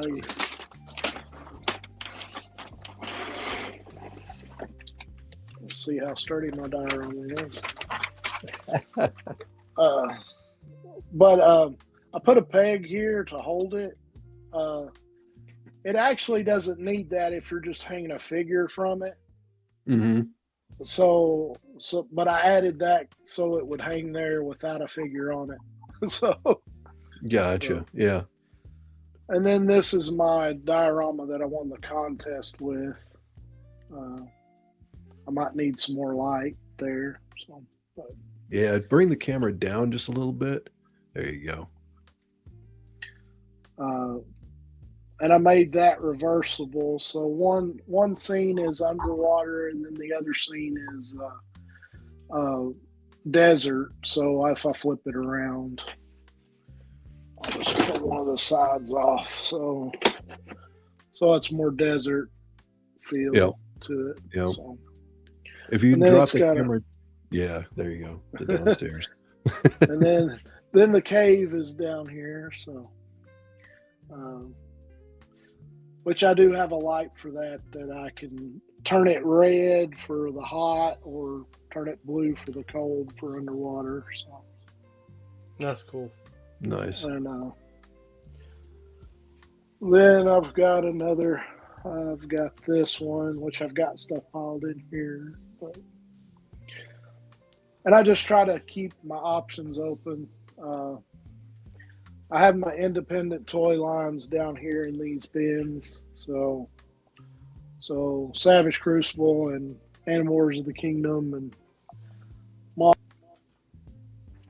So nicely organized. Very nicely Labeled and organized. all. I love it. yeah. So I just wish I could afford to buy more of those cases. So, Mhm. and then there's some flying creatures. But that's kind of my setup. Let's see. If y'all want to talk a minute, I'll take you out to my garage. All right. We're going to talk a minute. So, well, I guess for members only tonight, we are doing a giveaway. Make sure to tune in for that. It'll start. Don't miss it. You know, Yeah, 20 minutes after typically. yeah, 20 minutes, 15, 20 minutes afterwards. And maybe Talib will join us for members only. Yeah.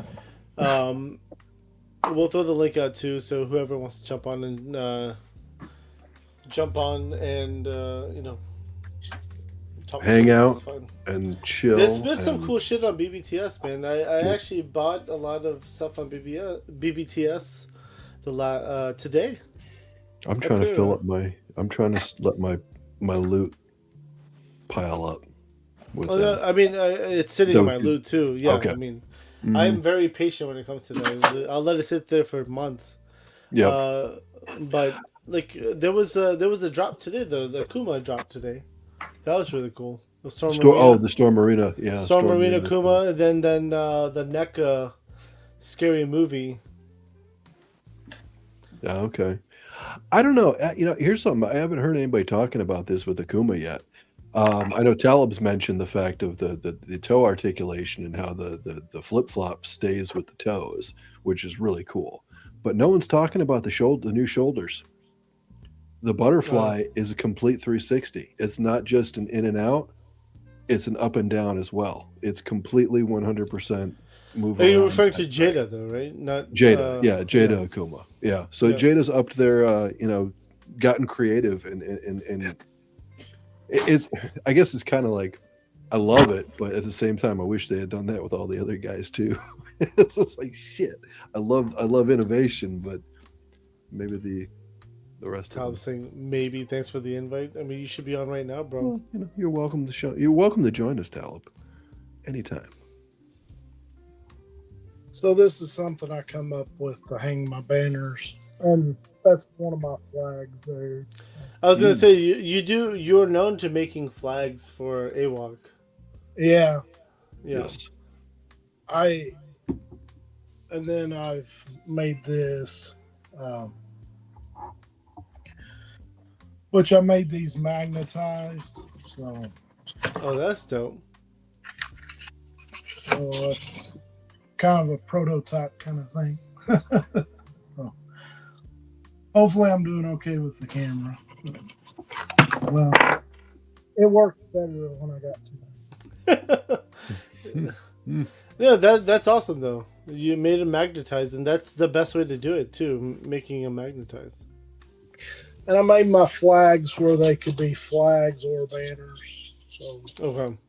So there's the flag, and then the other side's the banner. Nice. Okay. And I literally was just making one for myself, and I thought Jason and Derek might like some, so I just made 3, and I took them to Toy Lancer, and Okay. they're like, you should make those, and I was like, well, can I use your logos? And they're like, yeah. I was like, okay. So, I mean that's a very important question though, because a lot of companies don't like the use of the logos, right? That's really the big I thing. mean, I just wanted to make sure it was okay. I mean, but I was seriously just making one for myself, and I thought they might like one. So, but now that I'm making flags, you're going to see some flags that I think everybody's gonna like. So Okay. And maybe- Jason is good people too, though. So yeah, and maybe some outside of Animorphs of the Kingdom. So okay. that's the only hint I can give at the moment. So Figure Fight Club flag. well, I need to. I can give you my logo. I Don't worry Nobody will about buy it but me, but well, I have an idea. I'm not gonna say I'm gonna do it, but I've redesigned the flag in my mind, so Okay. it'll help me to make them quicker. So and that's a key when you're making stuff. You know, it's not like a 3D print where I can design it and then sit back and wait for it to print 30 times. You know, it's like you got to make each one. right, you're hand building Yeah. each one. Yeah. Sure. So Yeah. and you know, I want to make it cheap enough for people to purchase one and that kind of thing too. So Typically, how long does it take you to make a flag or / banner?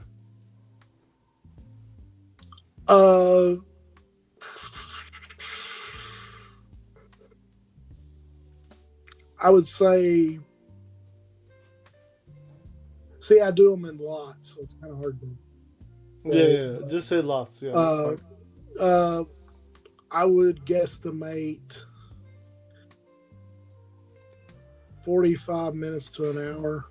That's just a guesstimation. That's So. per. Per flag or Yeah. per lot? per per flag. flag? Yeah. Yeah. So that's Wow. that's a good amount of That's- time. That But- is a good but- amount of time. But it's also about rhythm. So when you Mhm. start doing it, if you get in a rhythm, I could make more. But the new design I have that I'm playing with, it's going to cut down on the time a lot. So Okay. Mhm. I mean, I can make a lot. It's the final.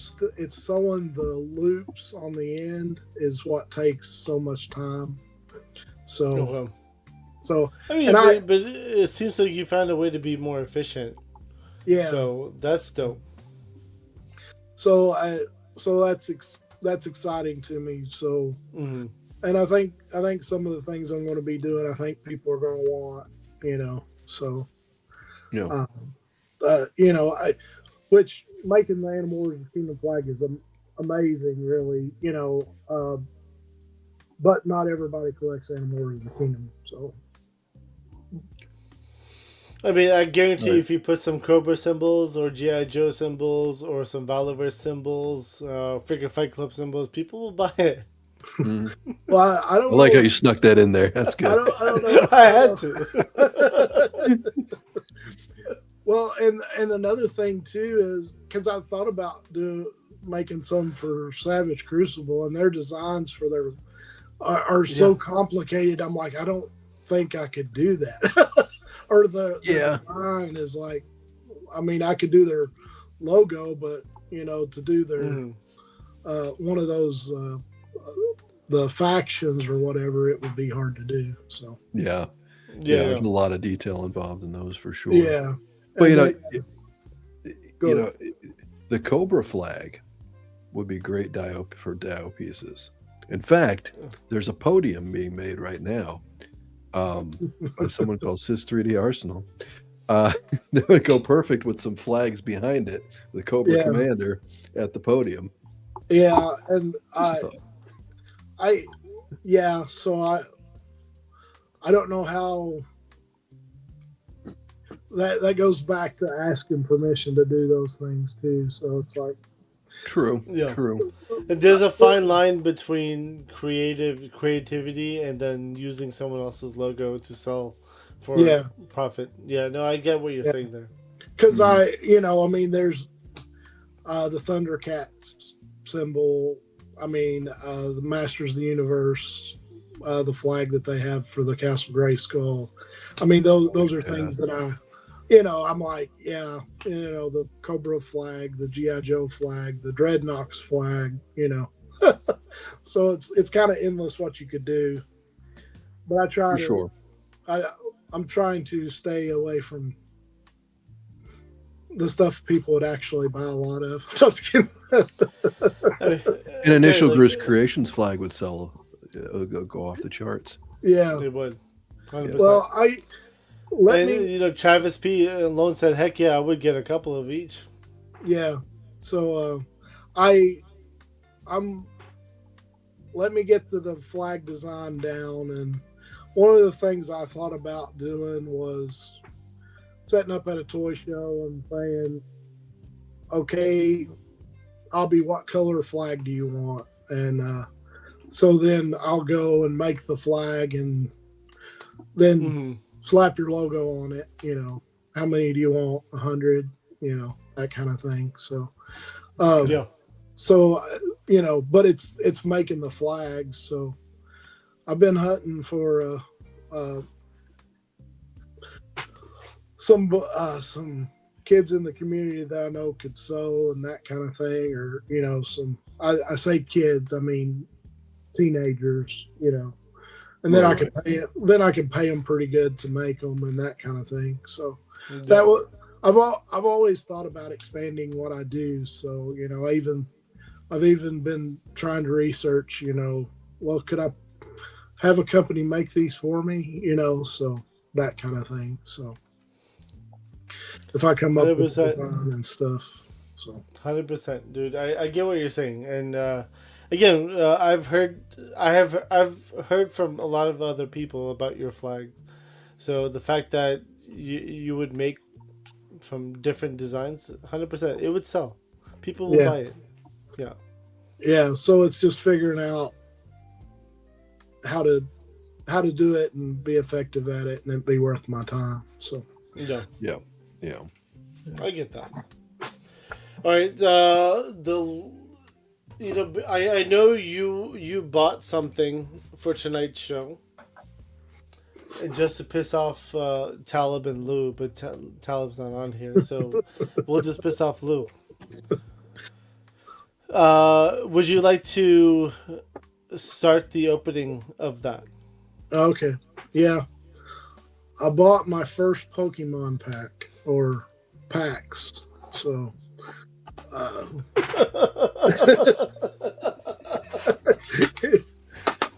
it's Obby's fault. So it's not my fault. I didn't force you to buy anything. Hey, you got on there with your son and you did this video. And you're opening packs all the time. I don't even know if anything's anything that I have will be worth. I can help you with that.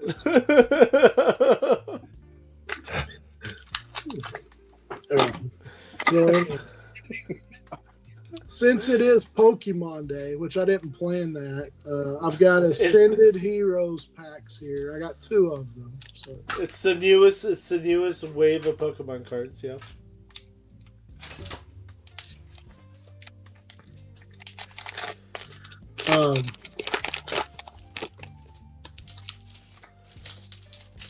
And here I was thinking, like, Brian got a hold of the newest Savage Crucible figure, and I was going to be jealous.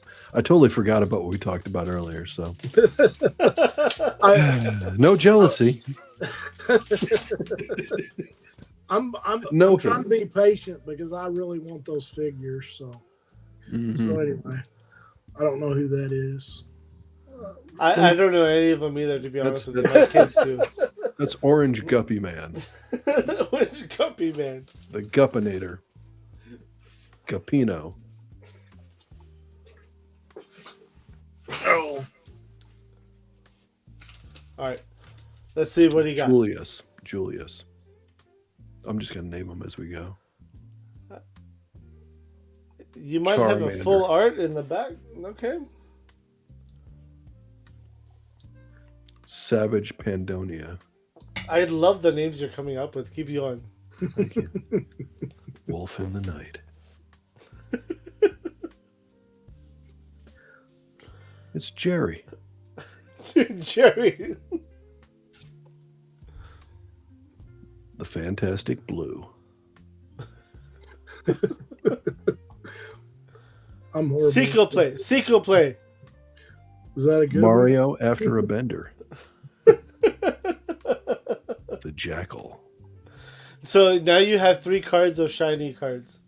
Okay. Oh, you get a full art. That's awesome. Flirt. Full art. So if you go back to the card, that was a full art card. This is a full art card. I mean, yeah. Yeah, it's I can't see it anymore. But yeah, that's like Pull it back a bit. you send me a picture of it, and so I can see the number and the name, and I'll That's flaky tell you worm. how much it's worth. It looks like more like a vulture to me, though. And that is the eye of the Holderon. Salzer.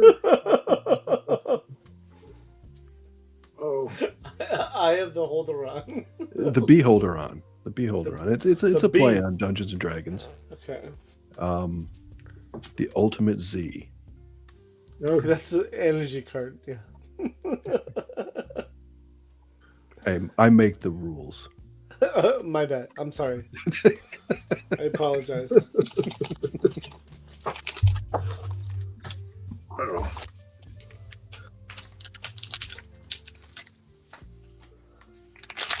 Oh wait, am I supposed to wait for you? No, you go ahead. Go ahead. You can open both. I'll open mine, and then we're done. I'm going to open mine. Do you have any Pokemon cards? No. He doesn't have a name. Hey, it's a Pandemonium again. It looks like an owl. A different version. It's version 2. It's the updated version of Pandemonium. Okay, V2. Okay. Yeah, V2. Sorry for anybody watching this. Yeah, me too.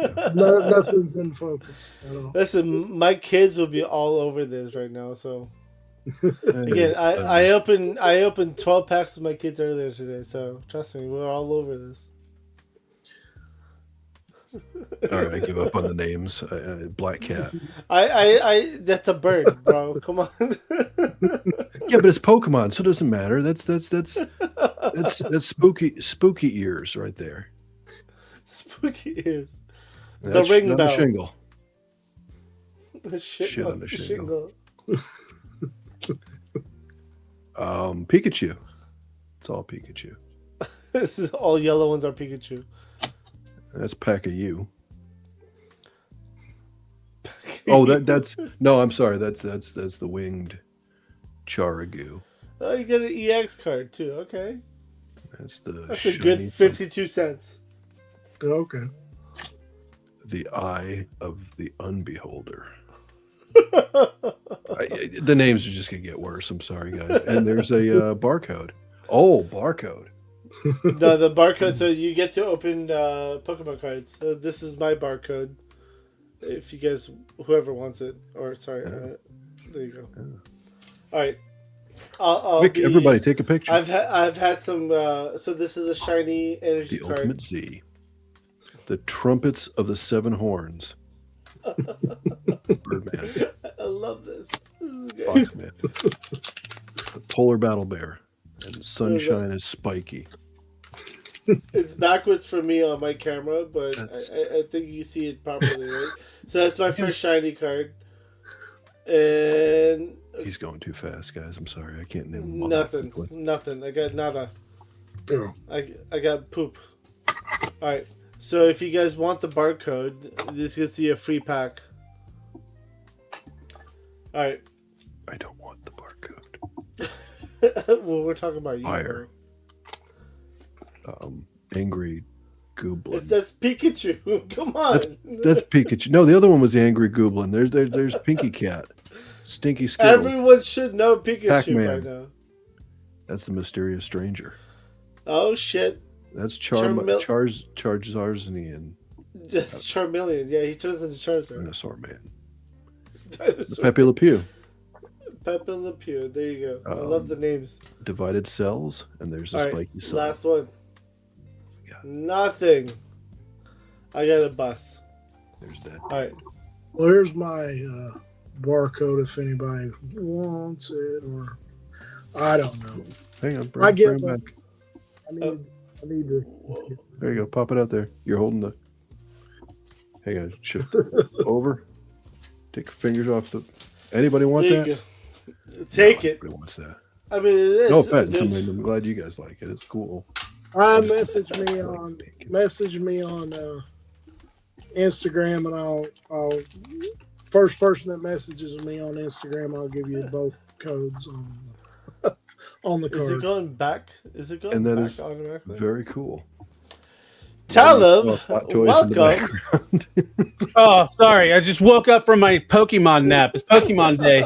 Good morning, Talib. How are you? You were hunting all day long, weren't you? Dude, No, they, man. You gotta catch them all. they both got the shiny Ultimate Z. Did you see that? Did you see how freaking cool that was? What? Yes, they both got the shiny Ultimate Z. No way. Yes. Hey, listen, I'm not throwing this out for no shit, but Travis P hooked me up with some One Piece cards. I'm gonna open this shit in members only. That's happening. And that's because Travis P is awesome. So. Yes, that is because Travis P is awesome. And we are also doing a giveaway for members only tonight. So Are we giving away your pack of cards? Is that what we're giving away? No, we're gonna give away action figures. This is a toy We're gonna show. give away something good. I mean, this is a toy show. But Brian, thank you very much for joining us tonight, man. This is a lot of fun. You're gonna be at Toylanta then, right? Possibly, maybe. Possibly. Possibly. So Okay. I can't make any promises this time around. So Got you. Understood. maybe more to the fall, just with everything going on with the family and stuff. So Okay. Understandable for Well, sure. Regardless, you made some great stuff. We're looking forward to it, and let us know how we can get your flags. okay, I'll work on that. So As you guys were talking about flags, all I kept thinking was FLAGG. I was like, Oh, where's me the too. aircraft carriers? Me too. Every time he said flag, that's the first thing that popped in my head. I'm like, no, not that flag. Not that flag. Right. well, I might set out to make that flag. I don't know. That'd be cool. Brian, any shout outs you want to do? Just keep an eye on my Instagram. If you do Animal Warriors, the Kingdom toy photography, hit me up on Instagram at Endless Fables. I'd love to have you join our collab group. We do a weekly photo. So just those things. Keep an eye out for picking me up some stuff at the toy shows. If somebody wants to be my legs and hands at the moment, I'd love to have that Savage Crucible figure and that pirate that Bobby Vallis put out. So, but that's pretty much it. All right. Talib, would you like to go next? Oh, yeah. I have something going on like every day. I am booked, baby. So on my channels, all of my channels, Talib1980_collects, posting news, images, reels, shorts, whatever you call them, everywhere. That's pretty much a daily occurrence, sometimes multiple times a day. Like today, there was a lot of stuff that dropped today. And then all that gets compiled into news and review, which drops at Tuesday at 1:30 a.m. It's a live pre-record going over all the news of the week. And this is just on my channel. And then after that, Thursday nights? Thursday nights at 10:30 p.m. We've been doing live stream blocky builds. Like, we're building blockies and we're getting folks like Joe Fig Fan to buying blockies. He said he opened up a suite. Very cool. And then also my channel is Men on Films, where these two fine gentlemen above me join, along with Smudge Custom, Stew for Lunch, and Creative Primitive, where we talk movies. This week we are talking about our crushes, our first crushes, character specific for the movies. And guest starring from the Crazy Canucks podcast, Suda Huba will be joining us. Suda Huba, okay. Very cool. That's pretty much everything for my channel. Now, for the rest of the week, I am part of Figure Fight Club. Monday night is Decepticast, our Transformer focus show, where we talk toy news, topics, and we're going over the Energon comics. This week, we are reading Cobra Commander #1 and Duke #1. So Come join us for that. And then Tuesday's open mic night, 8 p.m. Oh, Decepticast is at 10:15 p.m. And then Tuesday night is open mic night. Link will be in the chat. Come talk with us, show and tell, all that fun stuff. And I'll have Lou talk about Friday nights because I don't know if Bobby has a video or not. But that's every day. But Sunday. All right, Lucifer, go for it. How the hell am I supposed to follow that? Anyway, it's good to see everybody. Thank you guys all for coming out tonight. Everybody in the chat, all you guys. Brian, it was a pleasure talking with you tonight, and seeing your dios. Fantastic stuff. I like it. I like it a lot. Always like seeing your photographs on Instagram. It's always some cool stuff. But yeah, you can find me on all the stuff that Talib talked about. And Instagram is LucidaBase3. I do a little toy photography myself. What was that? Never mind. I was trying to think of something. I can't remember what it was. Oh, yeah. It reminds me of the meme from Spider-Man, William Dafoe. And I happen to be a bit of a scientist myself. That's just what popped into my head because it just... Anyway... so you can find me here on Figure Fight Club. You can find me on Saturday nights with Talib on Men on Film. Friday nights is the Plastic Journey show, which you're on right now, watching. So you can find us here, there, as well as the members chat after. The members stream. I'm trying to keep up with Talib's energy, and I'm not doing well. So anyway, always a good time to see all you guys. Thank you very much. Take it away, Abby. Practice is perfect. I just have practice doing that over and over again, like at the end of my videos. Well. I didn't even miss Practice my makes reviews. so much 2 reviews a week.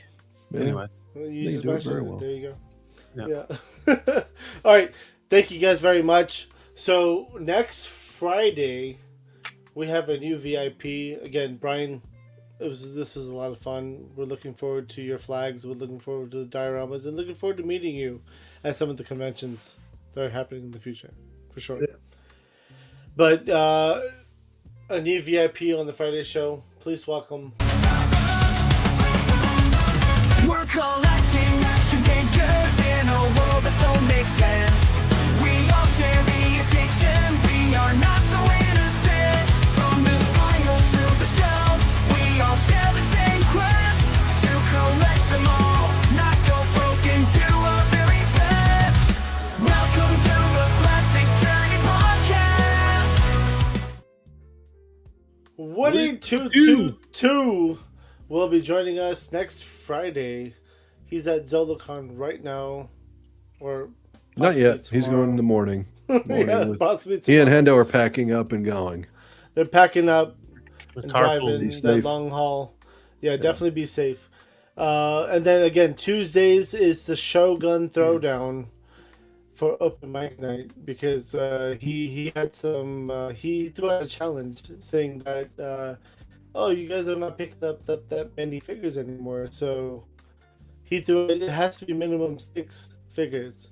So 6 figure challenge this open mic night, Shogun's challenge, and we'll make it happen.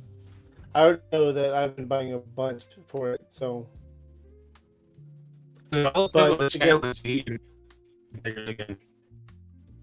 what happened? I felt it was a challenge to get you buy a bunch of action figures again. Yeah, pretty much that's exactly what happened. So I definitely bought a bunch, and I'm ready for the challenge. Looking forward to it. Again, thank you all very much, members. To give us 15-20 minutes, we'll need you back on, and we're going to be opening some more cards, and we'll throw the link out for everyone. Thank you all. Good night, Brian. Yeah. It's been a pleasure always talking to you, so thank you. And members, we'll see you in 15-20 minutes. Good night. Good night.